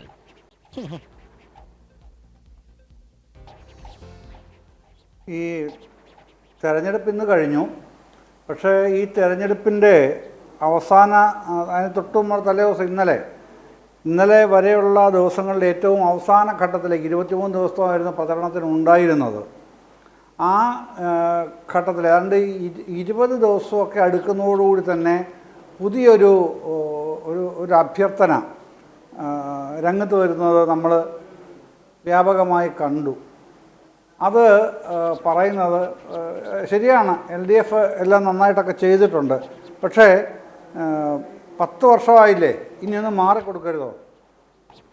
അതിനുവേണ്ടി 10 വർഷം തുടർച്ചയായിട്ട് LDF ഭരണത്തിരുന്നുകൊണ്ട് ഇനിയൊന്ന് അടുത്ത ഒരു ടൈം UDFന് വേണ്ടി മാറിക്കൊടുക്കണം എന്ന് അഭ്യർത്ഥിക്കുന്ന അവസ്ഥയിലേക്ക് ഒരു വിഭാഗം എത്തി. മറ്റൊരു വിഭാഗം വിശകലന വിദഗ്ധരായിരുന്നു. വിശകലന വിദഗ്ധരുടെ അവതാരം എങ്ങനെയായിരുന്നു എന്ന് പറഞ്ഞാൽ, പിന്നെ LDFനും UDFനും പുറമെ NDA എന്നൊരു മൂന്നാം മുന്നണി കേരളത്തിൽ അവതരിച്ചിരിക്കുന്നു. അവർ കൊണ്ടുപോകാൻ പോകുന്നത് LDFനുള്ള വോട്ട് ഷെയറാണ്, അല്ലെങ്കിൽ ജനങ്ങളുടെ അപ്രിസിയേഷനാണ് അവരുടെ പിന്നെ ഭാഗത്തേക്ക് കൊണ്ടുപോകാൻ പോകുന്നത്. അതുകൊണ്ട് LDFന് അത് ക്ഷീണമാകും. പക്ഷേ ഈ വിശകലന വിദഗ്ധന്മാർ മനസ്സിലാക്കുന്നില്ലല്ലോ, ഈ പിന്നെ NDA മുന്നണി ഇന്ന് ഈ തെരഞ്ഞെടുപ്പിൽ മാത്രമായിട്ടല്ലല്ലോ ഉണ്ടായിട്ടുള്ളത്. 2021-ലും 2016-ലും ഒക്കെ ഈ NDA മുന്നണി ഉണ്ടായിരുന്നല്ലോ. അവർ മത്സരിക്കുകയും അവരുടെ വോട്ട് ഷെയർ അത്രത്തോളം ഉണ്ടെന്ന് കാണുകയും ചെയ്തതാണ്. ഈ വിദഗ്ധന്മാരടക്കം ഇത്തവണ 18 വരെ കാണും, അല്ലെ 20 വരെ കാണുമെന്നൊക്കെ പറയുന്നു. നമ്മൾ കാണുന്നത് ഒരു 18 വരെ ഉണ്ടാകുമെന്ന് കാണുകയും ചെയ്യുന്നു. അപ്പോൾ ഇതൊക്കെ കണ്ടുകൊണ്ട് തന്നെയാണ് LDF മുമ്പോട്ട് പോയതും മത്സരത്തിന് ഇറങ്ങിയതും പിന്നെ ഇന്ന് ആ ഘട്ടം കഴിഞ്ഞതും. ഇനി പിന്നെ മെയ് 3 വരെ തങ്ങൾ എത്ര സീറ്റിൽ വിജയിക്കും എന്നതിനെ സംബന്ധിച്ച് UDFൻ്റെ വിവിധ ക്യാമ്പുകളിൽ നിന്ന് ദീർഘമായ ഹ്രസ്വമായ ഒക്കെയുള്ള വിശകലനങ്ങൾ ഇനി മുമ്പോട്ട് വരും. നാളെ മുതൽ അത് ഉണ്ടാവുകയും ചെയ്യും. പക്ഷെ പ്രധാനപ്പെട്ട സംഗതി എന്താണെന്ന് ചോദിച്ചാൽ, ഞാൻ കാണുന്നത് ഈ തെരഞ്ഞെടുപ്പിൽ ഏറ്റവും പ്രധാനപ്പെട്ട കാര്യമായി ഇപ്പോൾ പ്രതിപക്ഷമാണല്ലോ ഭരണപക്ഷത്തിനെ തോൽപ്പിച്ച് അധികാരത്തിൽ വരാൻ വേണ്ടി യത്നിക്കുന്നവരിൽ ഏറ്റവും പ്രധാനികൾ. അപ്പോൾ അവരുടെ ശക്തി ദൗർബല്യങ്ങളാണ് ഏറ്റവും പ്രധാനമായി ഈ ഘട്ടത്തിൽ വിലയിരുത്തേണ്ടെന്ന് കരുതുന്ന ആളാണ് ഞാൻ. അതുകൊണ്ട് പറയുകയാണ്, ഞാൻ പ്രതിപക്ഷം ശരിക്കും പിന്നെ ഡിസക്റ്റ് ചെയ്യപ്പെടുന്നത്, അവരെ കീറി മുറിക്കപ്പെടുന്നത് കണ്ടത് 2 സന്ദർഭങ്ങളിലാണ്. ഒന്ന്, ഇപ്പോൾ ഇവിടുത്തെ ചർച്ച ചെയ്ത വയനാട് ഫണ്ട്, അത് വ്യക്തമായും അത് വിശദമായി തന്നെ അവതരിപ്പിക്കപ്പെട്ട് കഴിഞ്ഞിട്ടുണ്ട്. അത് വയനാട്ടുകാരായ ജനങ്ങൾക്ക് മാത്രമല്ല, കേരളീയരായ മുഴുവൻ ആൾക്കാർക്കും അത് ബോധ്യപ്പെടുകയും ചെയ്തിട്ടുണ്ട്. ഒന്ന്, അതിൻ്റെ വിശദാംശങ്ങളിലേക്ക് ഞാൻ പോകുന്നുമില്ലിപ്പോൾ. രണ്ടാമത് കണ്ടത്, പ്രിയങ്ക ഗാന്ധി വയനാട്ടിൽ വന്ന ദിവസം MN വിജയൻ്റെ മകനും മരുമകളും ചേർന്ന് നടത്തിയ ഉപവാസമാണ്. അതൊരു വല്ലാത്ത കാഴ്ച തന്നെയായിരുന്നു. അതിനെ സംബന്ധിച്ച് പ്രിയങ്ക ഗാന്ധിക്കോ UDFിൻ്റെ നേതാക്കൾക്കോ ഒരക്ഷരം പറയാൻ ഇല്ലാതെ മൊഴിമുട്ടിപ്പോയ ഒരു ദിനമായിരുന്നു ആ ഉപവാസ ദിനം. പക്ഷെ ഇത് രണ്ടും കേരളത്തിന് മുമ്പിലുണ്ടെന്ന്, ഇത് കേരളം കാണുകയാണെന്നേ, വോട്ടർമാരിത് കാണുകയാണ്. അത് പ്രധാനപ്പെട്ട ആ ഒരു കാഴ്ചയിൽ നിന്ന് എന്താണ് കേരളം മനസ്സിലാക്കുന്നത്? കേരളം മനസ്സിലാക്കുന്നത് ഇവരെ വിശ്വസിക്കാൻ കൊള്ളില്ല എന്ന് തന്നെയാണ്. രണ്ട് കാരണങ്ങളുണ്ട്. ഇവരെ UDFിനെ, പ്രത്യേകിച്ച് കോൺഗ്രസിനെ എന്തുകൊണ്ട് വിശ്വസിക്കാൻ കൊള്ളില്ല എന്നതിന് ഇതിനേക്കാൾ പ്രകടമായ മറ്റുദാഹരണങ്ങൾ കാണിക്കേണ്ടതുണ്ടോ? ഇല്ല എന്ന അഭിപ്രായക്കാരനാണ് ഞാൻ. അത്രയും തെളിഞ്ഞ രണ്ട് ഉദാഹരണങ്ങളാണ് ഈ വയനാട് ഫണ്ട് തട്ടിപ്പും, രണ്ട് ഈ MN വിജയൻ്റെ മകനും മരുമകളും നടത്തിയ ഉപവാസവും. അത്രമേൽ തെളിഞ്ഞതായിരുന്നു ഈ വിശ്വാസരാഹിത്യം ജനങ്ങൾക്ക് ഉണ്ടാക്കാൻ, ഇവരിൽ ഉളവാക്കാൻ പോകുന്ന കാരണങ്ങളും കാര്യങ്ങളും. അതാണ് ഏറ്റവും പ്രധാനപ്പെട്ട രണ്ട് സംഗതികൾ. പിന്നെ അടുത്ത പ്രധാനപ്പെട്ട പ്രശ്നമായിട്ട് കാണുന്നത് എന്താണ്? ജാതി മത സമവാക്യങ്ങളെ കൂട്ടുപിടിച്ച് എത്രത്തോളം പിന്നെ ഈ നമ്മൾ സാധാരണ ഭാഷയിൽ പറയുമല്ലോ, അറമാദിക്കാമെന്ന് പറയുമല്ലോ, ആ പ്രവൃത്തി ഇതിൻ്റെ അകത്ത് കാണിച്ച് കൊടുക്കുകയായിരുന്നു UDFിൻ്റെ നേതാക്കന്മാർ, സ്ഥാനാർത്ഥികൾ ഉൾപ്പെടെ പലരും ചെയ്തത്. ഉദാഹരണത്തിന് ഞാൻ ആലപ്പുഴയിലാണല്ലോ. അമ്പലപ്പുഴ നിയോജക മണ്ഡലത്തിലെ സ്ഥാനാർത്ഥിയായിട്ടുള്ള UDF ജനകീയ സ്വതന്ത്രൻ എന്ന പേരിൽ വന്ന G സുധാകരൻ്റെ പിന്നെ ഈ വളരെ ജാതി പറഞ്ഞുള്ള പരാമർശങ്ങൾ ഉണ്ടാക്കിയിട്ടുള്ള എതിർ നിലപാടുകൾ, അവരുടെ വോട്ടർമാരിലടക്കം ഉണ്ടാക്കിയിട്ടുള്ള പ്രതിഷേധങ്ങൾ ഒരുപാടുണ്ട്. പിന്നെ ഈ പണം കൊടുത്ത് വോട്ട് പിടിക്കുന്നതുമായി ബന്ധപ്പെട്ടുള്ള ഒട്ടനവധി കാര്യങ്ങൾ വേറെ ഉണ്ട്. ഇതിൻ്റെയൊക്കെ പുറമേ എന്താണ് ഞാനീ പറഞ്ഞത് മുഴുവനും ഞാൻ പറഞ്ഞല്ലോ ആൻറ്റി ഫാക്ടേഴ്സാണ് പിന്നെ ഇവർക്കെതിരായിട്ടുള്ളത്. കാര്യം ഭരണപക്ഷത്തിനെ തോൽപ്പിച്ച് അധികാരത്തിൽ വരണം എന്ന് തീരുമാനിച്ചുറച്ച് പോരിനിറങ്ങിയവർ പ്രതിപക്ഷമാണല്ലോ, പ്രധാനമായിട്ട് UDF ആണല്ലോ. അതുകൊണ്ടാണ് ഞാൻ അവരെ പിടിച്ചത്, അവരുടെ കാര്യം പറഞ്ഞത്. മറ്റൊന്ന് വരുന്നത്, ഇപ്പോൾ കേരളം വികസിത കേരളത്തിനായി എന്ന മുദ്രാവാക്യമായിട്ട് വന്ന പിന്നെ NDA മുന്നണി ഇപ്പം ഞങ്ങൾ ജയിച്ച് അധികാരത്തിലെത്താൻ പോകുന്നു. രാജീവ് ചന്ദ്രശേഖർ ഇന്നും പറയുന്നത് ആർക്കും ഭൂരിപക്ഷമില്ലാത്ത തൂക്കുസഭയാകും എന്നൊക്കെ പറയുന്നുണ്ടല്ലോ. വികസിപ്പിക്കാൻ, കേരളം അങ്ങ് വികസിപ്പിക്കാൻ പോവുകയാണ്. എന്താണ് കേരളം വികസിപ്പിക്കാൻ പോകുന്നത് മാത്രം ഇവർ പറയില്ല കേട്ടോ. കാരണം ഇന്ത്യയിൽ പിന്നെ അന്താരാഷ്ട്ര വിമാനത്താവളങ്ങൾ 4 എണ്ണം ഉള്ള മറ്റൊരു സംസ്ഥാനമുണ്ടോ കാണിക്കാൻ ഈ BJPക്ക്? ഉണ്ടോ? ഒന്ന് പറയട്ടെ. രാജീവ് ചന്ദ്രശേഖർ കേന്ദ്ര സഹമന്ത്രിയായിരുന്ന ആളല്ലേ. നമുക്ക് BJP എന്ന് പറയുന്ന BJPയുടെ ആ വിഷയത്തിൽ എനിക്ക് തോന്നുന്നത് തൗഫീഖ് രാജൻ്റെ വിഷയം, തൗഫീഖ് രാജൻ തുടക്കത്തിൽ കൊണ്ടുവന്ന ആത്മവിശ്വാസം നേരത്തെ PK ഗവൻ ചൂണ്ടിക്കാട്ടിയതുപോലെയുള്ള വല്ലാത്തൊരു അക്രമവാസന തുടക്കം മുതൽ കാണിക്കുന്നുണ്ട്. അതായത് തൗഫീഖ്, ഈ PK ഗോപനും ജയചന്ദ്രൻ സാറും പറഞ്ഞൊരു വളരെ ചുരുക്കി പറഞ്ഞു കഴിഞ്ഞാൽ, ഈ എന്തിനാണ് ഈ ആത്മവിശ്വാസം? നല്ലതെന്തെങ്കിലും എടുത്തു കാട്ടാൻ ഉണ്ടായിരുന്നോ തെരഞ്ഞെടുപ്പിൽ? എന്തായിരുന്നു എടുത്തു പറഞ്ഞ? വളരെ ലളിതമായൊരു ചോദ്യം, മറുപടി ഉണ്ടോ? എന്തിൻ്റെ ആത്മവിശ്വാസത്തിലാണ് നിങ്ങൾ ഈ വോട്ടർമാരെ സമീപിച്ചത്? അല്ല, ബഹുമാനപ്പെട്ട സിജുവിൻ്റെ ചോദ്യം കഴിഞ്ഞല്ലോ. ബഹുമാനപ്പെട്ട ശ്രീ PK ഗോപനും ഒപ്പം തന്നെ ജയചന്ദ്രൻ സാറും അടക്കം മറുപടി പറഞ്ഞു. ഇനി എനിക്കാണ് സ്വാഭാവികമായിട്ട് രണ്ടുപേർ പറഞ്ഞതിന് മറുപടി പറയാൻ സ്വാഭാവികമായിട്ട് അവസരമുള്ളത്. അത് ലളിതമായി പറയാൻ കഴിയില്ല, വിശദമായി പറയേണ്ട സാഹചര്യമുണ്ട്. ആദ്യമായി പറഞ്ഞു എനിക്ക് ഏതാണ്ട് വെപ്രാളമാണെന്ന്. എൻ്റെ ബഹുമാനപ്പെട്ട ശ്രീ ഗോപൻ ചേട്ടാ, ഈ ബോഡി ലാംഗ്വേജ് ഞാൻ വളരെ കൂളാണ്. കാരണം ഇന്ന് ജില്ലയിലടക്കം പത്തനംതിട്ടയിലടക്കം UDF ശക്തമായിട്ടുള്ള തിരിച്ചുവരവ് നടത്താൻ പോകുന്നു. 5-ൽ 5 സീറ്റും ജയിക്കാൻ പോകുന്നു. അതുവഴി കേരളത്തിൽ 100+ സീറ്റ് എന്നുള്ള ഒരു തലത്തിലേക്ക് UDF എത്താൻ പോകുന്നു. അതുകൊണ്ട് എൻ്റെ ഈ ബോഡി ലാംഗ്വേജ് ഞാൻ വളരെ കൂളായിട്ടാണ് സംസാരിക്കുന്നത്. അത് ഏപ്രിൽ മാസം 4-ാം തീയതി റിസൾട്ട് വന്ന് അന്ന് പ്രിയപ്പെട്ട ഈ സിജു ചേട്ടനും ഒപ്പം കൈരളിയും ഒക്കെ എന്നെ ചർച്ചയ്ക്ക് വിളിക്കുകയാണെങ്കിൽ അന്നും ഇതേ ബോഡി ലാംഗ്വേജിലായിരിക്കും ഞാൻ വന്നിരുന്ന് സംസാരിക്കുക. പക്ഷേ അതിനപ്പുറം ആ സമയത്ത് ഐക്യജനാധിപത്യ മുന്നണി അധികാരത്തിലെത്താൻ പോകുന്നു എന്നുള്ളതിൻ്റെ സന്തോഷം കൂടി എനിക്കുണ്ടാകുമെന്ന് അങ്ങയോട് സ്നേഹപൂർവ്വം ഓർമ്മിപ്പിക്കട്ടെ. എനിക്കൊരു വെപ്രാളത്തിൻ്റെ ആവശ്യമില്ല.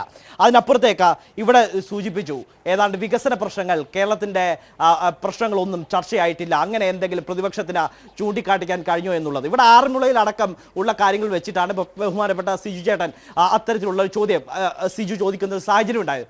അങ്ങനെയെങ്കിൽ ഞാൻ ചോദിക്കാൻ ആഗ്രഹിക്കുന്നു, ഇവിടെ ആറന്മുളയിലെ തന്നെ ചില പ്രശ്നങ്ങൾ, ഞാൻ എല്ലാം ഒന്നും പറയുന്നില്ല, ഈ മേൽപ്പാലത്തിൻ്റെ വിഷയങ്ങളടക്കം, കോന്നി മെഡിക്കൽ കോളേജിൻ്റെ വിഷയങ്ങളടക്കം, സ്റ്റേഡിയം വിഷയങ്ങളടക്കം, ഇതെല്ലാം ഇവിടെ അബാൻ മേൽപ്പാലം നിർമ്മിച്ചുകൊണ്ടിരിക്കുന്നതും പണി തീരാത്തതും അതുമായി ബന്ധപ്പെട്ട ആളുകൾ അനുഭവിക്കുന്ന ബുദ്ധിമുട്ടും ഒക്കെ അങ്ങ് കൈരളിയുടെ പത്തനംതിട്ട റിപ്പോർട്ടർ സുജു ടി ബാബുവിനോട് ഫോണിൽ വിളിച്ച് ചോദിച്ചാൽ, അല്ലെങ്കിൽ ഈ ചർച്ചയിൽ അദ്ദേഹത്തെ ഒന്ന് ടെലി കണക്ട് ചെയ്താൽ എന്താണ് ആ പ്രദേശത്തെ വ്യാപാരികളുടെ ഫീഡ്ബാക്ക്, പത്തനംതിട്ട ജനങ്ങളുടെ, പത്തനംതിട്ട പ്രദേശത്തെ നഗരത്തിലെ വ്യാപാരികളുടെ അടക്കം പൊതുസമൂഹത്തിൻ്റെ അടക്കം ഫീഡ്ബാക്ക് എന്നുള്ള അങ്ങേക്ക് ലഭിക്കും. അതിനപ്പുറത്തേക്ക് ഇവിടെ സൂചിപ്പിച്ചു, എൻ്റെ പൊന്ന് സിജു, ഇവിടെ ഏറ്റവും കൂടുതൽ വിരുദ്ധ വികാരം ഉണ്ടാകാൻ പോകുന്ന ആറന്മുള നിയമസഭാ മണ്ഡലത്തിലാണെന്നേ. കാരണം എന്തെന്നറിയോ, ആരോഗ്യവകുപ്പ് എന്നുള്ള വകുപ്പ് അത് ചരിത്രത്തിലില്ലാത്തവണ്ണം ഏറ്റവും സമാനതകളില്ലാത്ത തരത്തിലുള്ള പ്രതിസന്ധി നേരിട്ട ആരോഗ്യ മേഖലയെ വെന്റിലേറ്ററിലാക്കിയ ഒരു സാഹചര്യം ഉണ്ടായിട്ടില്ല. അങ്ങനെയൊക്കെ അറിയാമോ, ഇവിടെ നിന്ന് കിലോമീറ്ററുകൾക്കപ്പുറമുള്ള കോന്നി മെഡിക്കൽ കോളേജ്, ആ കോന്നി മെഡിക്കൽ കോളേജിൻ്റെ സൂപ്രണ്ട് തന്നെ പോസ്റ്റർ എഴുതി ഒട്ടിക്കേണ്ടതായിട്ട് വന്നു. ആരെങ്കിലും ഇവിടെ സർജറിക്കായി ശസ്ത്രക്രിയയ്ക്കായി വന്നാൽ ജീവൻ തിരിച്ചു വേണമെന്ന് ആരും പറഞ്ഞേക്കരുത് എന്ന് പറഞ്ഞ് പോസ്റ്റർ എഴുതി ഒട്ടിക്കേണ്ട ഒരു സാഹചര്യം ഉണ്ടായി. അവിടെ ആർക്കെങ്കിലും പരിക്ക് പറ്റിയാൽ കോട്ടയം മെഡിക്കൽ കോളേജിലേക്ക് കൊണ്ടുപോകേണ്ട സാഹചര്യം ഉണ്ടാകുന്നു. ഇവിടെ പാലക്കാട് വടകരപതി ചുരപ്പാറയിൽ 9 വയസ്സുള്ള 4ാം ക്ലാസ്സുകാരി വിനോദിനി കളിക്കുമ്പോൾ വീട് പരിക്കേറ്റ ചികിത്സയ്ക്കായി പാലക്കാട് ജില്ലാ ആശുപത്രിയിൽ കൊണ്ടുവന്നപ്പോൾ വലത്തെ കൈപ്പത്തി മുറിച്ചു മാറ്റേണ്ട വന്ന സംഭവം നമ്മുടെ മുന്നിൽ ഉദാഹരണമാണ്. കോട്ടയത്ത് കെട്ടിടം ഇടിഞ്ഞു വീണ കൂട്ടിരിപ്പുകാരായിട്ടുള്ള രോഗിയുടെ കൂട്ടിരിപ്പുകാരിക്ക് മരിക്കേണ്ടി വന്ന സാഹചര്യം. തിരുവനന്തപുരം മെഡിക്കൽ കോളേജിൽ ഹൃദ്രോഗിയായ മനുഷ്യര ചികിത്സ കിട്ടാതെ ഒടുവിൽ മരണത്തിന് കീഴടങ്ങേണ്ടി വന്ന അവസ്ഥ. ഇതൊക്കെ കേരളത്തിലെ ജനങ്ങൾ വളരെ കൃത്യമായിട്ട് ചർച്ച ചെയ്തിട്ടുണ്ട്. ഇതുൾപ്പെടെ ആറന്മുളയിൽ അടക്കം വികസന പ്രശ്നങ്ങൾ ചർച്ചയാക്കിയിട്ടുണ്ട്. അതിനപ്പുറത്തേക്ക് എനിക്ക് അങ്ങനെയുള്ള ഒരു കാര്യം കൂടി സൂചിപ്പിക്കാൻ ആഗ്രഹിക്കുന്നു. ഇവിടെ ആരാണ് നോട്ടീസ് അച്ചടിച്ച് രംഗത്ത് വരുന്നത്?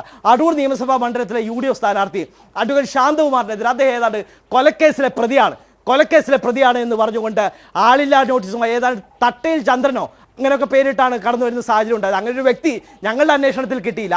കൈരളിയുടെ ഈ പ്രിയപ്പെട്ട സിജുവിൻ്റെയും ഒപ്പം തന്നെ സുജു ടി ബാബുവിൻ്റെ കൈരളി ചാനലിന് അത്തരത്തിൽ ജില്ലയിൽ നിന്ന് ഐഡൻറ്റിഫൈ ചെയ്യാൻ, ഈ തട്ട പ്രദേശത്ത് നിന്ന് അടൂരിന് സമീപ പ്രദേശമായ തട്ടയിൽ നിന്ന് അങ്ങനെ ഒരാളെ ഐഡൻറ്റിഫൈ ചെയ്യാൻ സാധിച്ചിട്ടുണ്ടെങ്കിൽ അദ്ദേഹത്തിൻ്റെ ബൈറ്റ് എത്രയും വേഗം പറ്റുമെങ്കിൽ ഇവിടെ ഈ അഖിലേഷൊക്കെ ഇവിടെ ചർച്ചയിൽ എൻ്റെ മുന്നിൽ ക്യാമറയിൽ ഇരുന്നു പോവുക, ഇല്ലെങ്കിൽ അദ്ദേഹത്തിൻ്റെ ലൈവ് പ്രതികരണം കൂടി കാണിച്ചാൽ വളരെ നന്നായിരിക്കും എന്ന് ആഗ്രഹിക്കുകയാണ്. എൻ്റെ പൊന്ന് സിജു, ഇത്തരത്തിലുള്ള വ്യാജ നോട്ടീസ് ഇറക്കിയാണ് ഇവർ ഈ തെരഞ്ഞെടുപ്പിനെ നേരിട്ടത്. അടൂരിലടക്കം CPI പരാജയപ്പെടാൻ പോകുന്ന ഒരു സാഹചര്യം ഉണ്ടായി.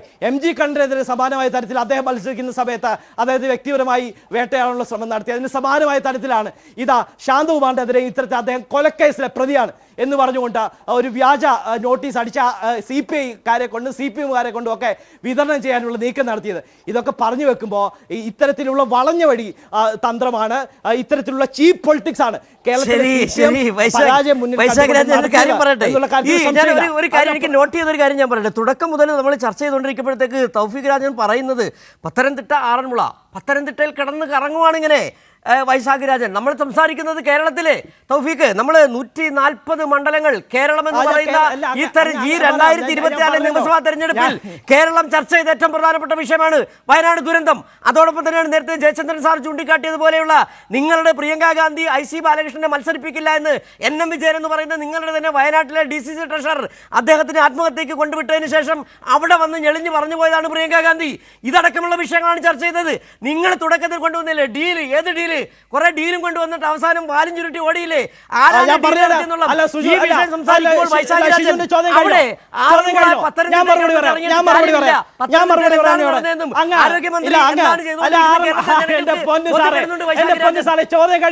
ചോദ്യം കഴിഞ്ഞെങ്കിൽ അങ്ങയുടെ ആവേശഭരിതമായ പ്രസംഗം CPMന് വേണ്ടി കഴിഞ്ഞെങ്കിൽ ഞാൻ അങ്ങയുടെ അതേ ആവേശത്തിൽ പറയാൻ ആഗ്രഹിക്കുന്നു. എന്തിനാണ് ഇത്ര പേടിക്കുന്നത്?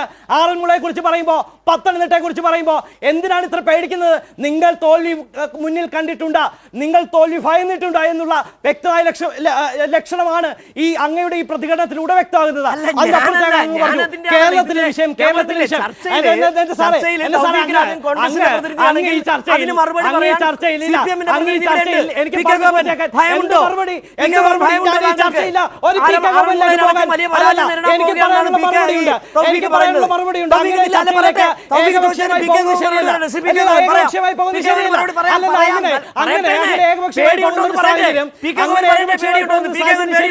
അതായത് അങ്ങ് സാഹചര്യം കേരളത്തിലെ മറുപടി പറയണ്ടേ, ഒരു തൗഫീഖ്? പേടിയില്ല സിജോ, ഒരു പേടിയില്ല. മറുപടി പറയണ്ടേ, പി. കെ. ഗോവിന്ദനല്ലേ പേടിയുണ്ടോ എന്നുള്ളത്? എന്റെ പി. കെ. ഗോവിന്ദൻ താങ്കൾക്ക് പറയാം. എന്റെ മറുപടിയെ തടസ്സപ്പെടുത്തുന്നത് മറുപടിയെ എന്റെ തടസ്സം- മറുപടിയെ ചോദ്യം വേണ്ടേ? ചോദ്യം വേണ്ടേ? പറയണ്ടേ? ഒരു പോയിന്റ് കൂടി. ശ്രീ പി. കെ. ഗോവിന്ദൻ പറഞ്ഞോളൂ, പറഞ്ഞോളൂ. വരാം, തൗഫീഖിലേക്ക് വരാം. എന്റെ ഒരു ഒറ്റ പോയിന്റ്, എന്റെ ഒറ്റ point വളരെ പോയിന്റ് പെട്ടെന്ന് അല്ല, ഒരു മിനിറ്റ്, ഒറ്റ മിനിറ്റ്. അതായത് അങ്ങ് സൂചിപ്പിച്ചു, വളരെ പെട്ടെന്ന് പറയാം. അതായത് അങ്ങ് സൂചിപ്പിച്ചു വയനാട് ദുരന്തം, ഇല്ലെങ്കിൽ ബഹുമാനപ്പെട്ട വിജയൻ അദ്ദേഹവുമായി ബന്ധപ്പെട്ടുള്ള വിഷയം, ഈ വിഷയങ്ങളൊക്കെ കേരളത്തിലെ ജനങ്ങൾ കണ്ടുകൊണ്ടിരിക്കുകയാണല്ലോ. വയനാട് ഫണ്ടുമായി ബന്ധപ്പെട്ട് ഞാൻ എൻ്റെ ക്ലിയർ സ്റ്റേറ്റ്മെന്റ് പറഞ്ഞപ്പോൾ അത് അങ്ങനെയാണ് ഇങ്ങനെയാണ്, പിണറായി വിജയൻ മഹാനാണ് എന്ന തരത്തിൽ ചിത്രീകരിക്കാനാണ് ബഹുമാനപ്പെട്ട ശ്രീ പി. കെ. ഗോവിന്ദൻ ശ്രമിച്ചത്. എൻ്റെ സിജു, ഞാൻ പൂർണ്ണ ആത്മവിശ്വാസത്തിൽ പറയുന്നു, ആരോഗ്യവകുപ്പിന്റെ വീഴ്ചകൾ, ശബരിമലയിലെ അയ്യപ്പന്റെ ആഭരണങ്ങൾ കൊള്ളയടിച്ച വിഷയങ്ങൾ, ആഭ്യന്തര വകുപ്പിന്റെ പരാജയം, ഉന്നത വിദ്യാഭ്യാസ മേഖലയിലെ പ്രതിസന്ധികൾ, വിലക്കയറ്റം, ഇതൊക്കെ കേരളത്തിലെ ജനങ്ങൾ ചർച്ച ചെയ്തിട്ടുണ്ട്, ഇതൊക്കെ ജനങ്ങൾ വിലയിരുത്തിയിട്ടുണ്ട്. ഇതിന്റെ റിസൾട്ട് ആകും ഏപ്രിൽ മാസം 4-ാം തീയതി വരാൻ പോകുന്നത് എന്നുള്ള കാര്യത്തിൽ ഒരു തർക്കവുമില്ല. അത് ഒരു മിനിറ്റ് കഴിഞ്ഞു. പി. കെ. ഗോവിന്ദൻ താങ്കൾക്ക് മറുപടി പറയാം. അല്ല, ഒന്ന് ശ്രീ സിജു ചൂണ്ടിക്കാണിച്ചതുപോലെ ഈ ചർച്ച ആറന്മുള അസംബ്ലി മണ്ഡലത്തിന് വേണ്ടിയാണോ എന്നുള്ള സംശയം എനിക്ക് വല്ലാതെ എന്നെ അലട്ടിക്കൊണ്ടിരിക്കുകയായിരുന്നു. അപ്പോഴാണ് സിജു അത് ചോദിച്ചത്. അദ്ദേഹം ആറന്മുളയിലെ പ്രവർത്തകനാണ്, അതുകൊണ്ട് ആറന്മുളയിലെ ചർച്ചയാണ് ഇവർക്ക് ഞാൻ ആറന്മുളയിലല്ല, ഞാൻ പത്തനംതിട്ടയില്, ഞാൻ അടൂർ വാസിയാണ്. ഞാൻ ആറന്മുളയിലെ കേരളത്തിലെ മുഴുവൻ കാര്യങ്ങൾ പറയേണ്ടി വരും. അങ്ങനെ സംസാരിക്കാതെ തൗഫീഖ്, പി. കെ. ഗോവിന്ദൻ പറയാം. അല്ല, എന്തിനാണ് ഇങ്ങനെയൊക്കെ പരാമർശം നടത്തുമ്പോൾ എനിക്ക് ക്ലിയർ ചെയ്യണമല്ലോ. അത് നോട്ട് ചെയ്ത് വെക്കൂ തൗഫീഖ്, നോട്ട് ചെയ്തിട്ട് മറുപടി പറയൂ. പി. കെ. ഗോവിന്ദൻ താങ്കൾക്ക് പറയാം. അല്ലെ, അങ്ങനെ അങ്ങ് പി. കെ. ഗോവിന്ദൻ പറയുമ്പോൾ ഇടപെടില്ല, ഞാൻ പറയുമ്പോൾ ഇടപെടുന്നു, അതാണ് പ്രശ്നം. കൈരളിക്ക് ഇതൊക്കെ ഇങ്ങനെയൊക്കെയുള്ള ആളുകളെ കിട്ടുമ്പോൾ കുറച്ചുകൂടെ ഒന്ന് സ്ക്രീൻ ചെയ്യണ്ടേ? കൈരളി ഇത്രയും ബഹളവും അലമ്പും ഉണ്ടാക്കുന്ന ആളുകളെ ചർച്ചയ്ക്ക് വിളിച്ചുകൊണ്ടിരുത്തുക എന്ന് പറഞ്ഞു കഴിഞ്ഞാൽ ബുദ്ധിമുട്ടുണ്ടാക്കുന്ന കാര്യമാണ് സിജു. ഇവർക്കൊക്കെ പറ്റിയ ചാനലുകൾ വേറെ ഉണ്ട് നാട്ടിൽ. അതായത് നമ്മള് ഇവർക്ക് സംസാരിക്കുന്നതിന് അവസരം കൊടുക്കുക, ഞങ്ങൾക്ക് സംസാരിക്കാൻ അവസരം തരിക. നമ്മൾ പറയുന്ന കാര്യങ്ങൾ ഇദ്ദേഹം പറഞ്ഞുകൊണ്ടിരിക്കുമ്പോൾ നമുക്ക് ഒരുപാട് കാര്യങ്ങളിൽ വ്യക്തത വരുത്തുന്നുണ്ട്. നമ്മൾ ആരെങ്കിലും ഇടപെട്ട് ബഹളം ഉണ്ടാക്കുന്നുണ്ടോ? അത് ആറന്മുളയെ കുറിച്ച് ഒരുപാട് കാര്യങ്ങൾ പറഞ്ഞതുകൊണ്ടാണ് നമ്മളത് പറഞ്ഞത്. അദ്ദേഹം എവിടുത്തെ പ്രവർത്തകനാണെന്ന് അദ്ദേഹം തീരുമാനിക്കട്ടെ. ആറന്മുളയെ കുറിച്ച് പറഞ്ഞു, അടൂരിനെ കുറിച്ച് പറഞ്ഞു, പിന്നെ പത്തനംതിട്ടയിലെ 5 സീറ്റിനെ കുറിച്ച് പറഞ്ഞു. അദ്ദേഹം പത്തനംതിട്ടക്കാരനാണെങ്കിൽ 13 ജില്ലയെ കുറിച്ച് ആര് പറയും കോൺഗ്രസിന് വേണ്ടി ഇവിടെ വന്നിരുന്നത്? അപ്പൊ ഈ ചർച്ചയെ പങ്കെടുക്കുമ്പോൾ ഞങ്ങൾക്ക് കേട്ടപ്പോൾ തോന്നിയ കാര്യങ്ങളാണ്. പിന്നെ നിങ്ങൾ സംസാരിച്ചുകൊണ്ടിരിക്കും, ഞാൻ നിർത്താം. തൗഫീഖ് രാജൻ, താങ്കൾ ഈ ചർച്ച അദ്ദേഹം പറയട്ടെ. പി. കെ. ഗോവിന്ദൻ ഒരു വരി താങ്കൾ സംസാരിച്ചപ്പോൾ പി. കെ. ഗോവിന്ദൻ തടസ്സപ്പെടുന്നതായിട്ട് എനിക്ക് തോന്നുന്നില്ല. തൗഫീഖ് രാജൻ ആ മര്യാദ പാലിക്കണം. പി. കെ. ഗോവിന്ദൻ തുടരാം. എന്ന് മാത്രമല്ല, ശ്രീ സിജു എന്നോട് സംസാരിക്കാൻ പറഞ്ഞപ്പോഴും ഞാൻ സംസാരിച്ചില്ല. അദ്ദേഹത്തിന്റെ ബഹളം തീരട്ടെന്ന് വിചാരിച്ചു.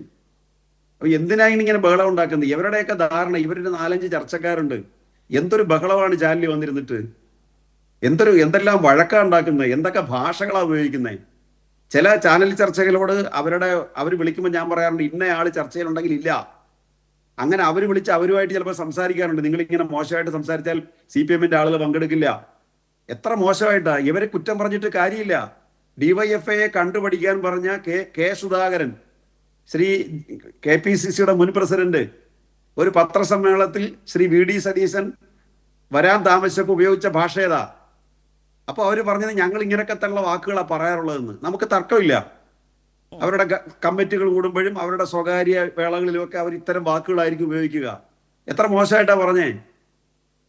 അപ്പൊ ഇതൊക്കെ അവരുടെ ഒരു ശൈലിയാണ്, അത്തരം വാക്കുകളാണ് പറയുന്നത്. ഒരു മുഖ്യമന്ത്രി വന്ന് പറഞ്ഞത് കേട്ടില്ലേ? 80 വയസ്സ് കഴിഞ്ഞ വൃദ്ധനായ കേരളത്തിലെ ഏറ്റവും സീനിയറായ ഒരു രാഷ്ട്രീയ നേതാവിനെ നീ എന്ന് വിളിക്കുക, പോടാ എന്ന് വിളിക്കുക. അത് വെറുതെ പറയല്ല, ലെറ്റർ പാഡിൽ എഴുതി പറയുക.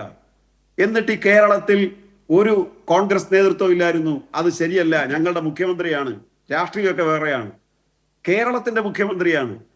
ഞങ്ങളുടെ മുഖ്യമന്ത്രിയെ കുറിച്ച് ഇങ്ങനെ അവമതിപ്പുള്ള ഭാഷ ഉപയോഗിക്കാൻ പാടില്ല. ഇങ്ങനെ വല്ലതും പറഞ്ഞു കൊടുക്കാൻ ആ പാർട്ടിക്കകത്ത് ആരെങ്കിലും ഉണ്ടോ? ആരെ വേണമെങ്കിലും തെറി വിളിക്കും, ആരെ വേണമെങ്കിലും ആക്ഷേപിക്കും, ഏത് വാക്കുകൾ ഉപയോഗിക്കും. എന്താണ് ഇവര് ശൈല ടീച്ചറെ കുറിച്ച് ഉപയോഗിച്ച വാക്ക്? എന്താണ് വീണ ജോർജിനെ കുറിച്ച് പറയുന്ന വാക്കുകൾ? സ്ത്രീ എന്ന പരിഗണന, പരാക്രമം സ്ത്രീകളോടല്ല വേണ്ടു എന്ന ചൊല്ല് കേരളത്തിൽ ഒരുപാട് പേര് പറയുന്ന വാക്കുകളാണ്, കവി ഭാഷ്യമാണ്. വീണ ജോർജ് എന്താ ഇവർക്ക് ഇത്രയും കൂടുതൽ ഇഷ്ടക്കേടുണ്ടാക്കുന്നത്? ശൈല ടീച്ചറുടെ തുടർച്ചയായിട്ട് വീണ ജോർജ് എന്ത് അസ്വസ്ഥതയായി ഇവർക്കുണ്ടാക്കുന്നത്? ഏത് കാര്യത്തിലാണ് വീണ ജോർജ് ഇവർക്ക് പ്രശ്നം ഉണ്ടായിക്കൊണ്ടിരിക്കുന്നത്? കേരളത്തിന്റെ ആരോഗ്യ മേഖലയും ഇവിടെ വന്ന് പ്രകടന പത്രിക റിലീസ് ചെയ്ത രേവന്ത് റെഡ്ഡിയുടെ ആരോഗ്യ മേഖലയോടെ പരിശോധിക്കാൻ തയ്യാറുണ്ടോ നിങ്ങൾ? കർണാടകത്തിന്റെ ആരോഗ്യ മേഖലയായിട്ട് പരിശോധിക്കാൻ തയ്യാറുണ്ടോ? ഹിമാചലിന്റെ ആരോഗ്യ മേഖലയായിട്ട് പരിശോധിക്കാൻ തയ്യാറുണ്ടോ? ഇവിടെ 1000 കുഞ്ഞുങ്ങളെ പ്രസവിച്ചാൽ 4 കുഞ്ഞുങ്ങളെ മരണത്തിന് വിധേയപ്പെടൂ. ഈ രേവന്ത് റെഡ്ഡിയുടെ സ്ഥലത്ത് 16 കുഞ്ഞുങ്ങളാ. ശ്രീമതി കവിത അത് പ്രഖ്യാപിച്ചിട്ടുണ്ട്. അവിടുത്തെ പ്രതിപക്ഷ നേതൃത്വത്തിലെ പ്രവർത്തിക്കുന്നവര്. നിങ്ങൾക്ക് നാണോമാനമില്ല ഇവിടെ വന്നിട്ട് ഇയാളെയൊക്കെ കൊണ്ടുവന്ന് ഇവിടെ വന്നിട്ട് ഈ വിവരക്കണക്ക് പറയിപ്പിക്കാൻ? അങ്ങനെയുടെ നാട്ടിൽ വീടുണ്ടോ മനുഷ്യന് താമസിക്കാൻ? അവിടെ തൊഴിലുണ്ടോ മനുഷ്യർക്ക്? കേരളത്തിലേക്ക് വരികയാ, ഇവിടെ വന്ന് 1300 കൂലി വാങ്ങിച്ചോണ്ട് പോവുക. മനുഷ്യർക്ക് കിടക്കാൻ സ്ഥലമില്ല, റോഡില്ല സഞ്ചരിക്കാൻ, കുടിവെള്ളമില്ല. അത്തരം ഒരു അധമ രാഷ്ട്രീയം നിലനിൽക്കുന്ന ഒരു പ്രദേശത്തിന്റെ പ്രതിനിധിയായിട്ട് ഇവിടെ വന്നിട്ട് കേരളത്തെ പോലൊരു സംസ്ഥാനത്തെ ആക്രമിച്ചപ്പോൾ നിങ്ങൾ കൈയടിച്ചു കൊടുത്ത്, മുഖ്യമന്ത്രിയെ ചീത്ത വിളിച്ചപ്പോൾ അതിന്റെ മുമ്പിലിരുന്ന് കൈയടിച്ചു കൊടുത്ത്, നിങ്ങളുടെ കൂട്ടത്തിലേക്ക് വന്നപ്പോ ചീഞ്ഞതിന്റെ ഒരു ലക്ഷണമാണ്. ചീഞ്ഞ മനസ്സായിട്ട് മാറി ജി സുധാകരന്റെ. അദ്ദേഹം പറഞ്ഞെന്താ? തുളസിക്കതിരും മുല്ലപ്പൂവും വെച്ച് കഴിഞ്ഞാൽ എന്താ സംഭവിക്കുക? അത് വെച്ച് കഴിഞ്ഞാൽ നായർ സ്ത്രീയായിട്ട് മാറും. എനിക്ക് ഓർമ്മ വന്ന സുരേഷ് ഗോപിയാ. സുരേഷ് ഗോപി ചങ്ങനാശ്ശേരിയിൽ NSSന്റെ മീറ്റിംഗിൽ പങ്കെടുക്കാൻ ചെന്നു. അദ്ദേഹം രാഷ്ട്രീയത്തിലേക്ക് ഇറങ്ങുന്ന സന്ദർഭത്തിൽ അവരുടെ പ്രതിസമ്മേളനം അവർ കയറ്റിയില്ല. പുറത്തോട്ടിറങ്ങിയതുകൊണ്ട് സുരേഷ് ഗോപി പറഞ്ഞ ഡയലോഗ് നിങ്ങൾക്ക് ഓർമ്മയുണ്ടോ? ഇപ്പോഴും അത് പബ്ലിക് ഡൊമൈനിലുണ്ട്. ഞാനും ചെവിയിൽ പൂടയുള്ള നായര. ഇത് അദ്ദേഹം ഉപയോഗിച്ച വാക്ക്. ഞാനും ചെവിയിൽ പൂടയുള്ള നായര. അന്ന് രാത്രി ഞാൻ ഉറങ്ങിയില്ല സിജു. ഞാൻ വീട്ടിൽ വന്ന് നരവംശ ശാസ്ത്രവുമായി ബന്ധപ്പെട്ട എല്ലാ പുസ്തകങ്ങളും പരിശോധിച്ച് നോക്കി. എനിക്കൊരു കാര്യം മനസ്സിലായി, ജാതി അടിസ്ഥാനത്തിലല്ല രോമം കളിക്കുന്നതെന്ന്. ഒരു രാഷ്ട്രീയ നേതാവ് കേരളത്തിൽ പ്രസംഗിക്കുക. ഇത്തരം വിവരം കെട്ട കാര്യങ്ങളൊക്കെ പഠിച്ചു വെച്ചിരിക്കുന്ന അദ്ദേഹത്തിന് തുല്യമായിട്ടാണ് ജി സുധാകരൻ കോൺഗ്രസിലേക്ക് വന്നപ്പോഴത്തേന് അദ്ദേഹത്തിന്റെ എല്ലാ വീക്ഷണവും മാറി. മാർക്സിയൻ വീക്ഷണവും മാറി, സാംസ്കാരിക ബോധവും മാറി. ഒരു വനിതയെ വിളിക്കുകയാണ് നായർ സ്ത്രീ. അതും തുളസിക്കെതിരും മുല്ലപ്പൂവും വെച്ചാൽ നായരാവും. അപ്പോ ഈഴ വിഭാഗത്തിലെ സ്ത്രീകൾക്ക് അടയാളപ്പെടുത്തുന്നത് എങ്ങനെയാ? മുസ്ലിം വിഭാഗത്തിലെ സ്ത്രീകളെ അടയാളപ്പെടുത്തുന്നത് എങ്ങനെയാ? ക്രൈസ്തവരെ അടയാളപ്പെടുത്തുന്നത് എങ്ങനെയാ? മറ്റ് പിന്നാക്കക്കാരെ അടയാളപ്പെടുത്തുന്നത് എങ്ങനെയാ? നിങ്ങൾ തിരുത്തിയോ? നിങ്ങളുടെ ഏറ്റവും ഇഷ്ടപ്പെട്ട പാർലമെന്റ് മെമ്പറായ പ്രേമചന്ദ്രൻ കടകടാ ചിരിക്കുകയാണ് അവിടെ കിടന്ന്, അട്ടഹസിച്ചിരിക്കുകയാണ് ഇത് കേട്ടിട്ട്. ഏറ്റവും വലിയ കുറ്റം ചെയ്തത് ജി സുധാകരനേക്കാൾ കൂടുതൽ ശ്രീ പ്രേമചന്ദ്രനാ. ഇത്തരം വാക്കുകൾ കേരളത്തിൽ ഉപയോഗിക്കരുത് നിങ്ങൾ. അത് ഏത് പാർട്ടിയിൽപ്പെട്ട ആളായാലും. ഞാൻ പറയുന്നത് ഇടതുപക്ഷത്തിന്റെ ഭാഗത്തുനിന്ന് ഇത്തരം വാക്കുകൾ ഉണ്ടെങ്കിൽ നിങ്ങൾ ചൂണ്ടിക്കാണിച്ചാൽ തിരുത്താൻ അവർ തയ്യാറാകും. രാഷ്ട്രീയത്തെ മലീമസപ്പെടുത്തരുത്. ഇനി നിങ്ങൾ പറഞ്ഞ കാര്യങ്ങൾ എന്താ? അവിടെ ആരോഗ്യ മേഖല വെന്റിലേറ്ററിൽ നിന്ന് നിങ്ങൾ എന്താ ഇതിനെക്കുറിച്ച് ധരിച്ചു വെച്ചിരിക്കുന്നത്? 13,000 കോടിയാണ് കേരളത്തിലെ ആരോഗ്യ മേഖലയുടെ. 12 കോടി മനുഷ്യരാണ് OP. ശ്രീ ഉമ്മൻചാണ്ടി സാറിന്റെ കാലത്തേക്കാൾ ഇരട്ടി ആളുകൾ എന്തുകൊണ്ടാണ് സർക്കാർ ആശുപത്രി പോകുന്നതിന്റെ മറുപടി നിങ്ങളുടെ കയ്യിലുണ്ടോ? 2,47,000 സർജറി നടക്കുമ്പോൾ 2,46,999 സർജറിയുടെ വിജയത്തെക്കുറിച്ച് നിങ്ങൾ സംസാരിക്കുന്നുണ്ടോ? ഒരു ഡോക്ടർക്കോ ഒരു മെഡിക്കൽ സ്റ്റാഫിനോ ഉണ്ടായ കൈപ്പിഴ, അതും വീണ ജോർജ് മന്ത്രി അല്ലാത്ത സന്ദർഭത്തിൽ ഒരു കത്രി അകത്ത് പോകുന്നു. വീണ ജോർജ് സമാധാനം പറയണോ? 972 നിങ്ങളുടെ ഭരണകാലത്ത് പണിഞ്ഞൊരു കെട്ടിടം അവിടെ പൊളിഞ്ഞു വീണ കോട്ടയത്ത്. ആ കെട്ടിടം ഇപ്പോഴും അവിടെ രോഗികളെ കിടത്തുന്നില്ല, അതിനകത്ത് ചികിത്സയില്ല. അവിടെ ഇരിക്കുന്നവരറിയാതെ കുറച്ച് രോഗികൾ അതിന്റെ തണലിൽ പോയിരുന്നു. അങ്ങനെയാണ് അവിടെ അപകടം ഉണ്ടാവുന്നത്. അത് കേരളത്തിൽ വെളിവാക്കപ്പെട്ട കാര്യമാണ്. നിങ്ങൾ അത് ചൂണ്ടിക്കാണിച്ചുകൊണ്ടാണ് കേരളത്തിലെ ആരോഗ്യ മേഖല വെന്റിലേറ്റർ എന്ന് പറയുന്നത്. ലക്ഷക്കണക്കിന് മനുഷ്യർക്ക് കിട്ടുന്ന മരുന്നും നിങ്ങളുടെ കാലത്ത് നായ പെറ്റുകിടക്കുകയായിരുന്നു ഈ ആശുപത്രിയിലൊക്കെ. സർക്കാർ ആശുപത്രിയിൽ അന്ന് PH സെന്ററിൽ 4 വലിയ കുപ്പി നിരത്തി വെക്കും. ഒന്നിൽ മഞ്ഞ, ഒന്നിൽ പച്ച, ഒന്നിൽ ചുവപ്പ്, ഒന്നിൽ നീല. പനിയാണെന്ന് എന്ന് പറഞ്ഞാൽ നീല ഒഴിച്ചു കൊടുക്കും, വേദനയാണെന്ന് പറഞ്ഞാൽ നീലയും പച്ചയും ഒഴിച്ചു കൊടുക്കും. കുപ്പി കൊണ്ടുവന്നിട്ടുണ്ടോ എന്നായി കമ്പൗണ്ടർ ചോദിക്കുന്ന. അന്ന് കുപ്പി ഇല്ലാതെ മരുന്നില്ല. ആ കാലത്ത് നിന്ന് സ്ഥലജല വിഭ്രമം ഉണ്ടാകുന്ന അവസ്ഥയിലേക്ക് എത്തി. സർക്കാർ ആശുപത്രിയെ കണ്ടാൽ എന്താ സ്ഥലജല വിഭ്രമം? കിംസ് ആശുപത്രിയിലാണോ നിൽക്കുന്നത്? മെഡിക്കൽ കോളേജിലാണോ നിൽക്കുന്നത്? കോസ്മോപോളിറ്റനിലാണോ നിൽക്കുന്നത്? ജില്ലാ ആശുപത്രിയിലാണോ നിൽക്കുന്നത്? CG ഹോസ്പിറ്റലിലാണോ നിൽക്കുന്നത്? താലൂക്ക് ആശുപത്രിയിലാണോ നിൽക്കുന്നത്? ഇതാണ് സ്ഥലജല വിഭ്രമം. അത്ര ഹൈ ക്വാളിറ്റേറ്റീവ് ആയിട്ടുള്ള ഹോസ്പിറ്റൽ സംവിധാനം മെനഞ്ഞെടുത്തിട്ട് ആ ഹോസ്പിറ്റലെയാണ് നിങ്ങൾ 13,000 കോടി മുടക്കി, അല്ലെ 10,000 കോടി മുടക്കി ഇന്ത്യയിലേക്ക് വരുന്ന മൾട്ടിനാഷണൽ കോർപ്പറേറ്റുകൾക്ക് വിൽക്കാൻ ഒരുങ്ങുന്നത്. നിങ്ങൾ കൊണ്ടുവന്ന 25 ലക്ഷത്തിന്റെ ഇൻഷുറൻസ് അമേരിക്കൻ ഇൻഷുറൻസിന്റെ തുല്യമാണത്. അവിടെ നിങ്ങൾ ഓർമ്മയുണ്ടോ? കോവിഡ് കാലത്ത് അമേരിക്കയിൽ മലയാളികൾ ഇങ്ങോട്ട് വന്നത് ഇവിടെ ടെസ്റ്റ് നടത്താൻ. 88,000 രൂപയാണ് അമേരിക്ക ടെസ്റ്റ് നടത്തണമെങ്കിൽ. ഇവിടെ 88 പൈസ വേണ്ട. ആ ആരോഗ്യ മേഖലയെ നിങ്ങൾ തകർക്കാൻ ശ്രമിച്ചത്. കേരളത്തിലെ ജനങ്ങൾക്ക് ചിന്താശേഷിയുള്ളവരാണ്, നിങ്ങൾ ഓർക്കണം. അവർ ചിന്തിച്ചുവെങ്കിൽ നിങ്ങളെ 7 അയലത്ത് കയറ്റത്തില്ല. അവർ കേരളത്തിൽ ഏറ്റവും നല്ല ഭൂരിപക്ഷം കൊടുക്കാൻ പോകുന്ന ഒരാൾ വീണ ജോർജ് ആയിരിക്കും. പണ്ട് എം മണി ആശാരെ നിങ്ങൾ ഒരുപാട് ആക്ഷേപിച്ച് കഴിഞ്ഞ തെരഞ്ഞെടുപ്പിൽ നിങ്ങൾക്ക് വേണ്ടി കട്ട പണിയെടുക്കുന്ന മലയാള മനോരമ പറഞ്ഞു മണി തോക്കുമെന്ന്. 33,000 വോട്ടിന് ആ മനുഷ്യൻ ജയിച്ചത്. നിങ്ങൾക്ക് ഓർമ്മ വേണം, നിങ്ങൾ ചെവിയിൽ നുള്ളണം. മണി തോക്കുമെന്ന് പ്രഖ്യാപിച്ച പത്രമാണ് മനോരമ, ചാനലാണ് മനോരമ. മാത്രമല്ല അന്ന് മനോരമ പലരും വൻ ഭൂരിപക്ഷത്തോട് വരും ചെയ്താലും 33 സ്ഥാനാർത്ഥികൾ ശ്രീ സിജു 33 സ്ഥാനാർത്ഥികൾ അന്ന് ഇവര് തോക്കുമെന്ന് പറഞ്ഞ 33 സ്ഥാനാർത്ഥികൾ. ഇപ്പൊ വി.ഡി. സതീശൻ സംതൃപ്തി അടങ്ങിയ 12 മന്ത്രിമാരെ ഞങ്ങൾ അങ്ങ് തോപ്പിച്ച് കിടത്തുവന്നു. അതിന് മുഖ്യമന്ത്രി മറുപടി പറഞ്ഞു, ആദ്യം അദ്ദേഹത്തിന്റെ കാര്യം നോക്കാൻ പറഞ്ഞു. ഇവിടെ നിങ്ങൾ ഈ 2-3 കാര്യങ്ങൾ പറഞ്ഞല്ലോ, ഈ ശബരിമല വിലക്കയറ്റം, പിന്നെന്താണ് ആഭ്യന്തര വകുപ്പ്. എന്താ ആഭ്യന്തര വകുപ്പ്? എന്താ ഈ ഇന്ത്യയിൽ ഏറ്റവും കുറച്ച് വിലക്കയറ്റമുള്ള സ്റ്റേറ്റിലെന്നാണ്. സിവിൽ സപ്ലൈസിന്റെ സ്റ്റോളുകൾ, മാവേലി സ്റ്റോറുകൾ, റേഷൻ കടകൾ, ഇതെല്ലാം സജീവമായിട്ട് പ്രവർത്തിക്കുന്നതാണ് ഒരു സ്റ്റേറ്റാണ് കേരളം. ഇവിടുത്തെ ആനുപാതികമായ വിലക്കയറ്റം എന്ന് പറഞ്ഞാൽ ഇവിടെ അതനുസരിച്ച് വരുമാനമുണ്ട് ജനങ്ങൾക്ക്. പട്ടിണി കിടക്കല്ല ഇവിടുത്തെ കേരളം. 1300 രൂപയാണ് സാധാരണ മനുഷ്യരുടെ കൂലി. ഇവിടെ ശമ്പള വർധന ഉണ്ടായിട്ടുണ്ട്. ഇവിടുത്തെ തൊഴിലുറപ്പ് തൊഴിലാളിക്ക് കിട്ടുന്ന ആനുകൂല്യമൊന്നും മറ്റൊരു സ്റ്റേറ്റിലും കിട്ടുന്നില്ല. അതുകൂടെ നിങ്ങൾ മനസ്സിലാക്കണം. പിന്നെ ശബരിമല, നിങ്ങൾക്ക് എന്താ ഉച്ചത്തിൽ പറയാൻ കഴിയാതെ പോയത്? ശബരിമല നിങ്ങൾക്ക് പറയാൻ പറ്റുമോ? നിങ്ങൾ ഇവിടെ വന്നിട്ട് ഒരു പാട്ട് പഠിപ്പിച്ചല്ലോ രാഹുൽ ഗാന്ധിയെ. ആ പാട്ട് പഠിപ്പിച്ചതിന്റെ ഒരു വരി ശരിയാ. സ്വർണം കട്ടത് ആരപ്പ, അത് ഹൈക്കോടതിയാ തെളിയിക്കേണ്ടത്. കേസിന്റെ പൂർണ്ണമായിട്ട് അവിടെ കിടപ്പുണ്ട്. പിന്നെ പോറ്റിയെ കയറ്റിയത് ആരപ്പ, അത് ഒരു ട്രോള് ഇറങ്ങുന്നുണ്ട്, നിങ്ങൾ കേട്ടാൽ മതി. മുഖ്യമന്ത്രി വേറൊരു സന്ദർഭത്തിൽ പറഞ്ഞ ഒരു കാര്യം എടുത്ത് ആളുകൾ കൊടുക്കുന്നുണ്ട്, വീട്ടിൽ ചെന്ന് ചോദിച്ചാൽ മതി. എന്റെ തൗഫീഖെ, നിങ്ങൾ ആ രാഹുൽ ഗാന്ധിയോട് പറ, അവിടുത്തെ സന്ദർശക ഡയറി നോക്കിയാൽ കാണാം ആരാണ് ഉണ്ണികൃഷ്ണൻ പോറ്റിക്കും പരിവാരങ്ങൾക്കും പെർമിഷൻ വാങ്ങിച്ചു കൊടുത്തത്. ഞങ്ങളുടെ ഈ ചോദ്യത്തിന് ഇന്നു വരെ നിങ്ങൾ മറുപടി പറഞ്ഞിട്ടില്ല. തൗഫീഖ്, ഏതായാലും പി കെ ഗോപൻ പറഞ്ഞത് താങ്കൾ കേട്ടിട്ടുണ്ടാകണം. ഈ തെരഞ്ഞെടുപ്പ് അനുബന്ധിച്ച് നിങ്ങൾ പ്രകടന പത്രിക പുറത്തിറക്കിയപ്പോൾ അതായത് LDF പ്രകടന പത്രികയിൽ 3000 രൂപ പെൻഷൻ പറഞ്ഞു, നിങ്ങളും പറഞ്ഞു 3000 രൂപ പെൻഷൻ.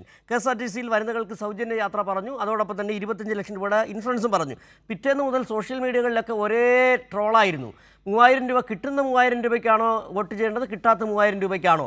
KSRTC പൂട്ടാൻ വെച്ചവർ ആണോ ഇനി വനിതകളെ KSRTC സൗജന്യമായി കൊണ്ടുപോകാൻ പോകുന്നത്? അതോടൊപ്പം തന്നെയാണ് നിങ്ങൾ 25 ലക്ഷം രൂപയുടെ ഇൻഷുറൻസ് ഉണ്ടല്ലോ, 25 ലക്ഷം രൂപ ഇൻഷുറൻസുമായി ബന്ധപ്പെട്ട് കണക്കെടുത്ത് പരിശോധിച്ചപ്പോൾ കഴിഞ്ഞ തെരഞ്ഞെടുപ്പിൽ ഫാർമ കമ്പനികളാണ് ഈ തെരഞ്ഞെടുപ്പിന് മുമ്പ് നിങ്ങൾക്ക് തെരഞ്ഞെടുപ്പ് ഫണ്ടിൽ പൈസ തന്നിരിക്കുന്നത്. 25 ലക്ഷം രൂപ ഇൻഷുറൻസ് കൊടുക്കണമെങ്കിൽ ഈ പറയുന്ന കമ്പനികളിലേക്ക് എത്ര രൂപ നിങ്ങൾ അടയ്ക്കേണ്ടി വരും എന്നുള്ള കണക്കെടുപ്പ് വരെ നടത്തി. എന്താണ് തൗഫീഖ് നിങ്ങളിങ്ങനെ പറയുന്നതിനെ ട്രോളായി മാറുന്നു? വിശ്വസത്തിലെടുക്കാത്തത് എന്താണ് കേരളത്തിലെ പൊതുസമൂഹം?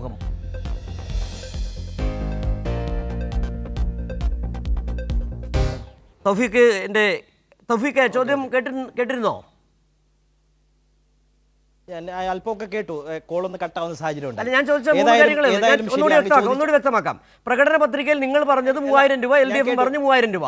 KSRTCയിൽ നിങ്ങൾ സൗജന്യ യാത്ര പറഞ്ഞു, എന്നാലും LDF പറഞ്ഞില്ല വനിതകൾക്ക്. 25 ലക്ഷം രൂപയുടെ ഇൻഷുറൻസ് ആണ് നിങ്ങൾ കൊടുക്കുന്നത്. ഇത് മൂന്നും പിറ്റേന്ന് മുതൽ സോഷ്യൽ മീഡിയ ട്രോളാണ്. കിട്ടാത്ത 3000 ആണ്, കിട്ടുന്ന 3000-ത്തിനാണ് വോട്ട് കൊടുക്കേണ്ടത്. എല്ലാം ട്രോളായി. ഇപ്പോൾ എന്താണ് ജനങ്ങൾ വിശ്വസിക്കാത്തത്? അല്ല, എനിക്ക് അതിനു മുമ്പ് 2 ചോദ്യങ്ങൾക്ക് മറുപടി പറയണം. വളരെ വേഗം പറയാം, അതിനുശേഷം അങ്ങ് ചോദിച്ച ചോദ്യത്തിലേക്ക് വരാം. അതായത് ബഹുമാനപ്പെട്ട ശ്രീ പി കെ ഗോപൻ ഇവിടെ എന്നെ വ്യക്തിപരമായി വിമർശിക്കുന്ന പരാമർശങ്ങൾ നടത്തി. അദ്ദേഹത്തോട് ഞാൻ വളരെ വിനീതനായി ചോദിക്കാൻ ആഗ്രഹിക്കുന്നു, എൻ്റെ ഭാഷയിൽ എപ്പോഴെങ്കിലും മോശമായ പദപ്രയോഗം എൻ്റെ ഈ ചർച്ചയിൽ ഉണ്ടായോ എന്ന് അങ്ങേക്ക് പരിശോധിക്കാം. അതിനപ്പുറത്തേക്ക് അങ്ങ് ആങ്കർ എന്നുള്ള നിലയിൽ അങ്ങേക്കും അത് വിലയിരുത്താവുന്നതാണ്. അതിനപ്പുറത്തേക്ക് ഈ ആറന്മുളയും പത്തനംതിട്ടയും കുറിച്ച് കറങ്ങുന്നു, ഞാൻ അത് മാത്രം പരാമർശിക്കുന്നു എന്നാണ് വിമർശനമെങ്കിൽ ഈ ചർച്ചയുടെ തുടക്കത്തിൽ ഞാൻ അത് സൂചിപ്പിച്ചു. പിന്നാലെ അതുമായി ബന്ധപ്പെട്ട് ചോദ്യങ്ങൾ വന്നതുകൊണ്ടാണ് എനിക്കത് അതിനെ വ്യക്തത വരുത്തി മുന്നോട്ട് പോകേണ്ട സാഹചര്യം വന്നത്. ഇത് രണ്ടും സാന്ദർഭികമായി സൂചിപ്പിക്കട്ടെ. ബഹുമാനപ്പെട്ട ശ്രീ പി കെ ഗോപൻ പറഞ്ഞു, ഇവിടെ മനോരമ പത്രം ഭൂരിപക്ഷം ഏതാണ്ട് പറഞ്ഞു, ആരൊക്കെ തോൽക്കുമെന്ന് പറഞ്ഞു, പിന്നീട് അവർ ജയിച്ചു എന്നൊക്കെ. പി കെ ഗോപൻ ചെവിയിൽ നുള്ളിക്കോ എന്നൊക്കെ പറഞ്ഞു. ഞാൻ നുള്ളാൻ തയ്യാറാണ്, ചെവിയിൽ നുള്ളുകയും ചെയ്യുന്നു, ചെവിയിൽ നുള്ളുന്നു. പക്ഷേ ഈ നുള്ളൽ നിങ്ങളുടെ 12 മന്ത്രിമാർ തോക്കുമെന്ന് ബഹുമാനപ്പെട്ട പ്രതിപക്ഷ നേതാവ് പറഞ്ഞിട്ടുണ്ടെങ്കിൽ 12 മന്ത്രിമാർ തോറ്റിരിക്കും. അതിലൊന്ന് ആറന്മുളയിലെ മന്ത്രി വീണ ജോർജ് വായിക്കും, അക്കാര്യത്തിൽ തർക്കം വേണ്ട.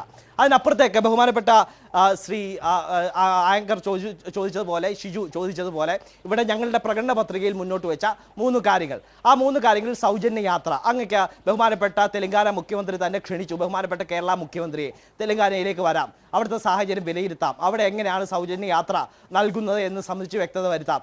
കർണാടകയുടെ ഉപമുഖ്യമന്ത്രിയും സമാനമായ തരത്തിൽ ആവശ്യപ്പെട്ടിട്ടുണ്ട്, ബഹുമാനപ്പെട്ട കേരള മുഖ്യമന്ത്രിയോട് ആവശ്യപ്പെട്ടിട്ടുണ്ട്. ഞങ്ങൾ പറഞ്ഞ വാഗ്ദാനങ്ങൾ പൂർത്തിയാക്കുകയും തന്നെ ചെയ്യും. അത് ക്ഷേമ പെൻഷൻ്റെ കാര്യത്തിലാണെങ്കിൽ ഇവിടെ ക്ഷേമ പെൻഷനിൽ അതിലൊരു വ്യക്തത വരുത്താം. അതായത് 2500 രൂപ കൊടുക്കുമെന്നുള്ളതാണ് ബഹുമാനപ്പെട്ട പിണറായി വിജയൻ സർക്കാരിൻ്റെ രണ്ടാമത്തെ പ്രകടന പത്രിക, അതായത് രണ്ടാം ഇടതു സർക്കാരിൻ്റെ പ്രകടന പത്രികയിൽ പറഞ്ഞിട്ടുള്ള വാഗ്ദാനം. അത് 2500 ആണോ കേരളത്തിലെ ജനങ്ങൾ ഇപ്പോൾ വാങ്ങുന്ന പെൻഷൻ തുക എന്നുള്ളത് അങ്ങയ്ക്കും എനിക്കും വിലയിരുത്താവുന്നതാണ്. ഇപ്പോൾ പറയാൻ പറ്റുന്ന വാഗ്ദാനങ്ങളെ ഞങ്ങൾ പറയുള്ളൂ. പറഞ്ഞത് പൂർത്തിയാക്കുക തന്നെ ചെയ്യും. അല്ലാതെ പറഞ്ഞ വാഗ്ദാനങ്ങൾ പൂർത്തിയാക്കാതെ പ്രോഗ്രസ് കാർഡ് റിപ്പോർട്ട് അടിച്ച് കേരളത്തിലെ ജനങ്ങളെ ഏതായാലും ഞങ്ങൾ പറഞ്ഞു പറ്റിക്കാൻ വരില്ല എന്ന സാന്ദർഭികമായി സൂചിപ്പിക്കട്ടെ. പിന്നെ ശബരിമല പറയാൻ ഞങ്ങൾക്ക് എന്താണ് മടിയെന്നൊക്കെ ചോദിച്ചു. ഒരു മടിയില്ല ഷിജു, കാരണം അങ്ങേക്കടക്കം പരിശോധിക്കാം. ഞങ്ങൾ വളരെ കൃത്യമായി ശബരിമല വിഷയം ചർച്ചയാക്കിയിട്ടുണ്ട്. അത് കേരളത്തിലെ മതേതര സമൂഹത്തിന് വേണ്ടിയിട്ടാണ്, വിശ്വാസ സമൂഹത്തിന് വേണ്ടിയിട്ടാണ്. അത് അമ്പലക്കൊള്ള നടത്തിയ പത്മകുമാറും എൻ വാസുവിനെ അടക്കം ഇന്നീ നിമിഷം ചർച്ച നടത്തുന്ന സാഹചര്യത്തിൽ പോലും അങ്ങ് വീണ്ടും പത്തനംതിട്ട എന്ന് പറയരുത്. കാരണം ദേവസ്വം ബോർഡിന്റെ പ്രസിഡന്റ് ആയിട്ടുള്ള പത്തനംതിട്ട ജില്ലാ കമ്മിറ്റി അംഗമായിട്ടുള്ള എ പത്മകുമാറിനെ ആ കേസിൽ പ്രതിയായിട്ടും എന്തുകൊണ്ട് പുറത്താക്കുന്നില്ല എന്നുള്ള ചോദ്യത്തിന് ഇപ്പോഴും പ്രസക്തി നിലനിൽക്കുന്ന സാഹചര്യത്തിൽ ആ കാര്യങ്ങളിൽ വ്യക്തത വരും. അതിനപ്പുറത്തേക്ക് ഇവിടെ സൂചിപ്പിക്കുന്ന സാഹചര്യം ഉണ്ടായി. ഞങ്ങളുടെ മുൻ കോൺഗ്രസ് അധ്യക്ഷയുടെ അടുത്തേക്ക് ആരൊക്കെയോ ചെന്നു എന്നത് ഞങ്ങൾ പലതവണയായി പറഞ്ഞു. ഇവിടെ ബഹുമാനപ്പെട്ട മുഖ്യമന്ത്രിയുടെ അടുത്തേക്കും ഇതേ ആളുകൾ ചെന്ന് നിന്നതും ഫോട്ടോ എടുത്തതും മുഖ്യമന്ത്രി പൊളിറ്റിക്കൽ സെക്രട്ടറി ആയിട്ടുള്ള ബഹുമാനായ മനുഷ്യൻ ചേർന്ന് പിടിച്ചതും ചിരിച്ചു കളിച്ചതും ഒക്കെ നമ്മൾ കണ്ടതാണ്. സോണിയാഗാന്ധിക്കുള്ള അതേ പ്രൊട്ടക്ഷനുള്ള ആളുകളാണ് ഇത്തരത്തിൽ നടപടിയൊക്കെ ആയി മുന്നോട്ട് പോയതും ഇത്തരത്തിൽ ചിരിച്ചു കളിച്ച് സംസാരിച്ചതും തലസ്ഥാന നഗരിയിൽ ഏറ്റവും കൂടുതൽ സുരക്ഷയുള്ള സെക്രട്ടേറിയറ്റ് നഗരിയിൽ എന്നൊക്കെ നമ്മൾ കണ്ടതാണ്. ഞങ്ങൾ ഏതായാലും ആ ദൃശ്യങ്ങളെ AI ചിത്രങ്ങളെന്നോ AI ദൃശ്യങ്ങളെന്നോ പറഞ്ഞ് ന്യായീകരിക്കാൻ ഞങ്ങൾ രംഗത്ത് വന്നിട്ടില്ല. അതിനപ്പുറത്തേക്ക് ഇവിടെ വ്യക്തി അധിക്ഷേപങ്ങളൊക്കെ നടത്തിയെന്ന് പറയുന്നത് ആരാണ് വ്യക്തി അധിക്ഷേപം നടത്തിയതെന്ന് ബഹുമാനപ്പെട്ട ശ്രീ PK ഗോപന് അൾഷിമസ് ഒന്നും സംഭവിച്ചിട്ടില്ല എന്നാണ് എൻ്റെ ഓർമ്മ.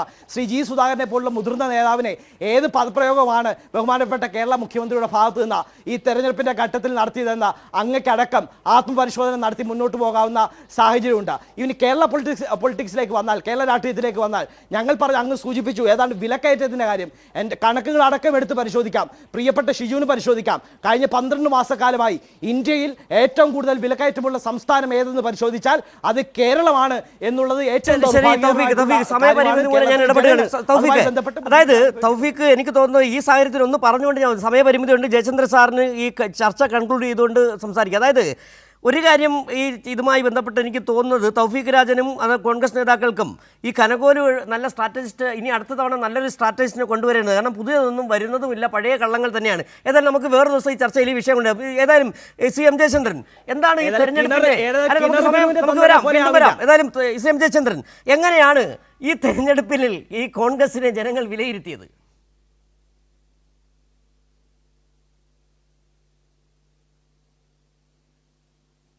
CM ജയചന്ദ്രൻ,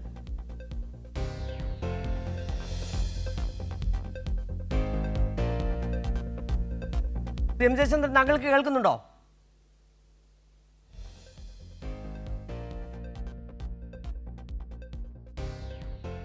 ഏതായാലും അത് ടെലിഫോൺ ബന്ധത്തിൽ ചെറിയ തകരാറുണ്ടെന്ന് ശ്രീ PK ഗോപൻ, ഈ ചർച്ച നമുക്ക് എന്തായാലും ഇപ്പോൾ ഇവിടെ അവസാനിപ്പിക്കേണ്ട സമയമായിരിക്കുകയാണ്. എങ്ങനെയാണ് ഏതായാലും ഇപ്പോൾ ഇനി കണക്കെടുപ്പാണ്, പറഞ്ഞതുപോലെ മെയ് 4 എന്ന് പറയുന്ന തീയതി വരെ വല്ലാത്ത നിശ്വാസത്തിലാണ് കേരളത്തിലെ ഈ വോട്ട് ചെയ്ത ജനങ്ങൾ, അതോടൊപ്പം തന്നെ രാഷ്ട്രീയ പാർട്ടി നേതാക്കൾ എല്ലാവരും തന്നെ വല്ലാത്ത ഒരു ആശങ്ക, ഒരു നിശ്വാസം അങ്ങനെ തന്നെ നിലനിൽക്കുന്നുണ്ട്.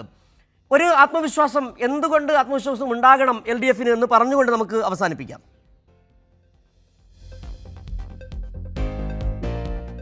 ആത്മവിശ്വാസത്തെക്കുറിച്ച് ഞാൻ പറയുന്നതിന് മുമ്പ് ഒരു ചെറിയ കാര്യം. ഒന്ന്, ബഹുമാനപ്പെട്ട മുഖ്യമന്ത്രി മറ്റൊരു സ്ഥാപനം, കേരളത്തിലെ ഒരു സ്ഥാപനം അവരുടെ CSR ഫണ്ട് ഉപയോഗിച്ച് ഒരു വാഹനം കൊടുത്തപ്പോൾ അതുമായിട്ട് ഒരു ബന്ധമില്ലാതെ ചെന്ന് നിന്ന ഉണ്ണികൃഷ്ണൻ പോറ്റിയും മുഖ്യമന്ത്രിയുടെ സെക്യൂരിറ്റിയുടെ ഇരട്ടി സെക്യൂരിറ്റി ഉള്ള Z കാറ്റഗറി പ്ലസ് കാറ്റഗറി ഉള്ള കഴിഞ്ഞാൽ ഏറ്റവും കൂടുതൽ സെക്യൂരിറ്റി ഉള്ള ഒരാളിൻ്റെ മുമ്പിൽ 3 കള്ളന്മാർ, ആലിബാബയും 41 കള്ളന്മാരും എന്ന് പറയുന്നത് പോലെ 3 കള്ളന്മാർ ചെന്ന് നിന്നത്, അതിനെക്കുറിച്ച് ചോദ്യം വേറൊന്നുമില്ല. സ്വർണം കട്ടോ ഇല്ലയോ എന്നുള്ളതല്ല, സാങ്ഷൻ ആര് വാങ്ങിച്ചു കൊടുത്തു, കയ്യിൽ കൊടുത്തത് എന്താണ്, ഈ 2 ചോദ്യത്തിന് ഉത്തരം പറഞ്ഞാൽ മതി. നിങ്ങൾ ലോകം ഇടിഞ്ഞു വീണാലും ആ ചോദ്യത്തിന് ഉത്തരം പറയത്തില്ല. പകരം മുഖ്യമന്ത്രിയുടെ മുമ്പിൽ പൊതുജനങ്ങളും പത്രക്കാരും നിൽക്കുന്ന സ്ഥലത്ത് ഒരു ആംബുലൻസ് കൊടുത്തപ്പോൾ കയറി ഇരുന്ന ആളിനെ കുറിച്ചാണ് നിങ്ങൾ പറയുന്നത്. ദയവായി ഇത്തരം പരിഹാസ്യത പറയരുത്. രണ്ടാമത്തെ കാര്യം, G സുധാകരനെ മുഖ്യമന്ത്രി ആക്ഷേപിച്ച് വിളിച്ചു. അതിനെക്കുറിച്ച് തൗഫീഖ് മനസ്സിലാക്കേണ്ടത്, K സുധാകരൻ ബഹുമാനപ്പെട്ട മുഖ്യമന്ത്രി ചെറ്റ എന്ന് വിളിച്ചു. നിങ്ങൾക്ക് പ്രതിഷേധം ഉണ്ടോ? ഉണ്ടെങ്കിൽ ഇപ്പൊ പറയണം. ഇത് തീരുന്നതിന് മുമ്പ് നിങ്ങൾക്ക് 1 മിനിറ്റ് സമയം തരണം. സിജു, ചെറ്റ എന്ന് വിളിച്ച തെറ്റോ ശരിയോ? ചെറ്റ എന്നുള്ളത് നാമപദമാണ്. ചെറ്റത്തരം എന്നുള്ളത് വിശേഷണ പദമാണ്. ഇവിടെ ജി സുധാകരന്റെ ഒരു പ്രവൃത്തിയെക്കുറിച്ചാണ് മുഖ്യമന്ത്രി പറഞ്ഞത്, ജി സുധാകരനെ അല്ല. അതാണ് ചെറ്റത്തരം വിശേഷണ പദമാണ്, ചെറ്റ നാമപദമാണ്. ഇനി ആ വാക്ക് ആധുനിക കാലത്ത് ഉപയോഗിക്കാവോ ഇല്ലയോ എന്നുള്ളത് പരിശോധിക്കേണ്ട കാര്യമാണ്, അതിന് തർക്കമൊന്നുമില്ല. പക്ഷെ മുഖ്യമന്ത്രി ഉപയോഗിച്ച വാക്കിന്റെ വ്യത്യസ്തത ജി സുധാകരനുമായിട്ട് ആലോചിക്കുമ്പോൾ ജി സുധാകരൻ മുഖ്യമന്ത്രിയെ സൂചിപ്പിച്ചുകൊണ്ട് മുഖ്യമന്ത്രിക്ക് നേരെ ഉയർത്തിയ പദമാണ് ചെറ്റ. ജി സുധാകരനെ കുറിച്ച് മുഖ്യമന്ത്രി പറഞ്ഞത് ചെറ്റത്തരം കാണിച്ചു എന്നാണ്. ചെറ്റത്തരം ഒരു വിശേഷണ പദം തന്നെയാണ്. ആ പദപ്രയോഗത്തെ സംബന്ധിച്ച് പരിശോധിക്കണം എന്നുള്ള കാര്യത്തിൽ ഞാൻ ആവർത്തിക്കുന്നു. ഇത് രണ്ട് കാര്യം. ഇനി മൂന്നാമത്തെ കാര്യം, ഞങ്ങളുടെ ആത്മവിശ്വാസം. 2016 ഞങ്ങൾ പറഞ്ഞു ഇടതുപക്ഷം വരുമ്പോൾ എല്ലാം ശരിയാകും. 2021 ഞങ്ങൾ പറഞ്ഞു തുടരും. 2026 ഞങ്ങൾ ചോദിക്കുന്നു മറ്റാരുണ്ട് LDF അല്ലാതെ. എന്താ ഈ മൂന്ന് കാര്യത്തിന്റെ അർത്ഥം? 2016 ഉമ്മൻചാണ്ടി സാർ ഭരിച്ച് ഈ കേരളത്തിൽ പെൻഷൻ പോലും കൊടുക്കാൻ കഴിയാതെ പവർ കട്ടോടുകൂടി ജനങ്ങൾ വർഗീയതകൾക്കകത്ത് ആഭ്യന്തര പ്രശ്നങ്ങളിൽ ഇങ്ങനെ ഉഴറി നടന്നിരുന്ന ഒരു ജനതയോട് പറഞ്ഞു ഈ പ്രശ്നങ്ങൾ ഞങ്ങൾ പരിഹരിക്കാം, ഞങ്ങൾ വരട്ടെ, ഇത്തരം കാര്യങ്ങൾ ശരിയാക്കും. ശരിയായി. National highway, GAIL pipeline, power supply അല്ലെങ്കിൽ പവർ കട്ടില്ലായ്മ, പെൻഷൻ, ഇത്തരം എല്ലാ കാര്യങ്ങളും സ്മാർട്ട് ആധുനികത്തിലേക്ക് കേരളത്തെ കൊണ്ടുപോയി. ഇതെല്ലാം ഞങ്ങൾ ശരിയാക്കി. രണ്ടാമത്, ഇതിന്റെ അടിസ്ഥാനത്തിൽ ഞങ്ങൾക്ക് തുടരണം. ജനങ്ങൾ പറഞ്ഞു നിങ്ങൾക്ക് ഇപ്പൊ എത്ര സീറ്റാ ഉള്ളത്? 90. ഒരു 10% സീറ്റ് കൂടെ തരാം, 99 പിടിച്ചു. ഇതാണ് 2021. ഇനി 2026 ഒരു ഗവൺമെന്റ് മാറി ഉരുട്ടിക്കൊണ്ടുപോയ കല്ല് എടുത്തെറിയുന്നത് പോലെ തകർക്കുന്നത് പോലെ തകരും. അത് മാറിയിട്ട് 10 വർഷം ഇരുന്ന് കഴിഞ്ഞപ്പോൾ എന്താണ് വികസനം എന്നുള്ളത് കേരളത്തിന് ബോധ്യപ്പെടുകയും നിതി ആയോഗിന്റെ കണക്കിൽ 23 കാര്യങ്ങളിൽ 1ാം സ്ഥാനത്തെത്തുകയും ചെയ്തു. ആ ഗവൺമെന്റ് ഇത്തരം കാര്യങ്ങൾ 10 വർഷം കൊണ്ട് ചെയ്ത ഈ സർക്കാരല്ലാതെ ഈ കേരളത്തെ നയിക്കാൻ മറ്റാരുണ്ട്? മറ്റാരുണ്ട് എന്നുള്ള ചോദ്യം തന്നെയാണ്. ആ മറ്റാരുണ്ട്, എന്തുകൊണ്ട് മറ്റാരുണ്ട്, അല്ലെങ്കിൽ മറ്റാരും വരരുത് എന്ന ചോദ്യത്തിന് കേരളത്തിലെ ജനങ്ങൾ വിധി എഴുതിയോ എന്നുള്ള കാര്യമാണ് ഇനി മെയ് 4-ാം തീയതി അറിയേണ്ടതായാലും ചർച്ച സമയപരിമിതി മൂലം ഇവിടെ അവസാനിപ്പിക്കുകയാണ്. വളരെ നന്ദി ചർച്ചയിൽ പങ്കെടുത്ത PK ഗോപൻ, CM ജയചന്ദ്രൻ, തൗഫീഖ് രാജൻ എന്നിവർക്ക്.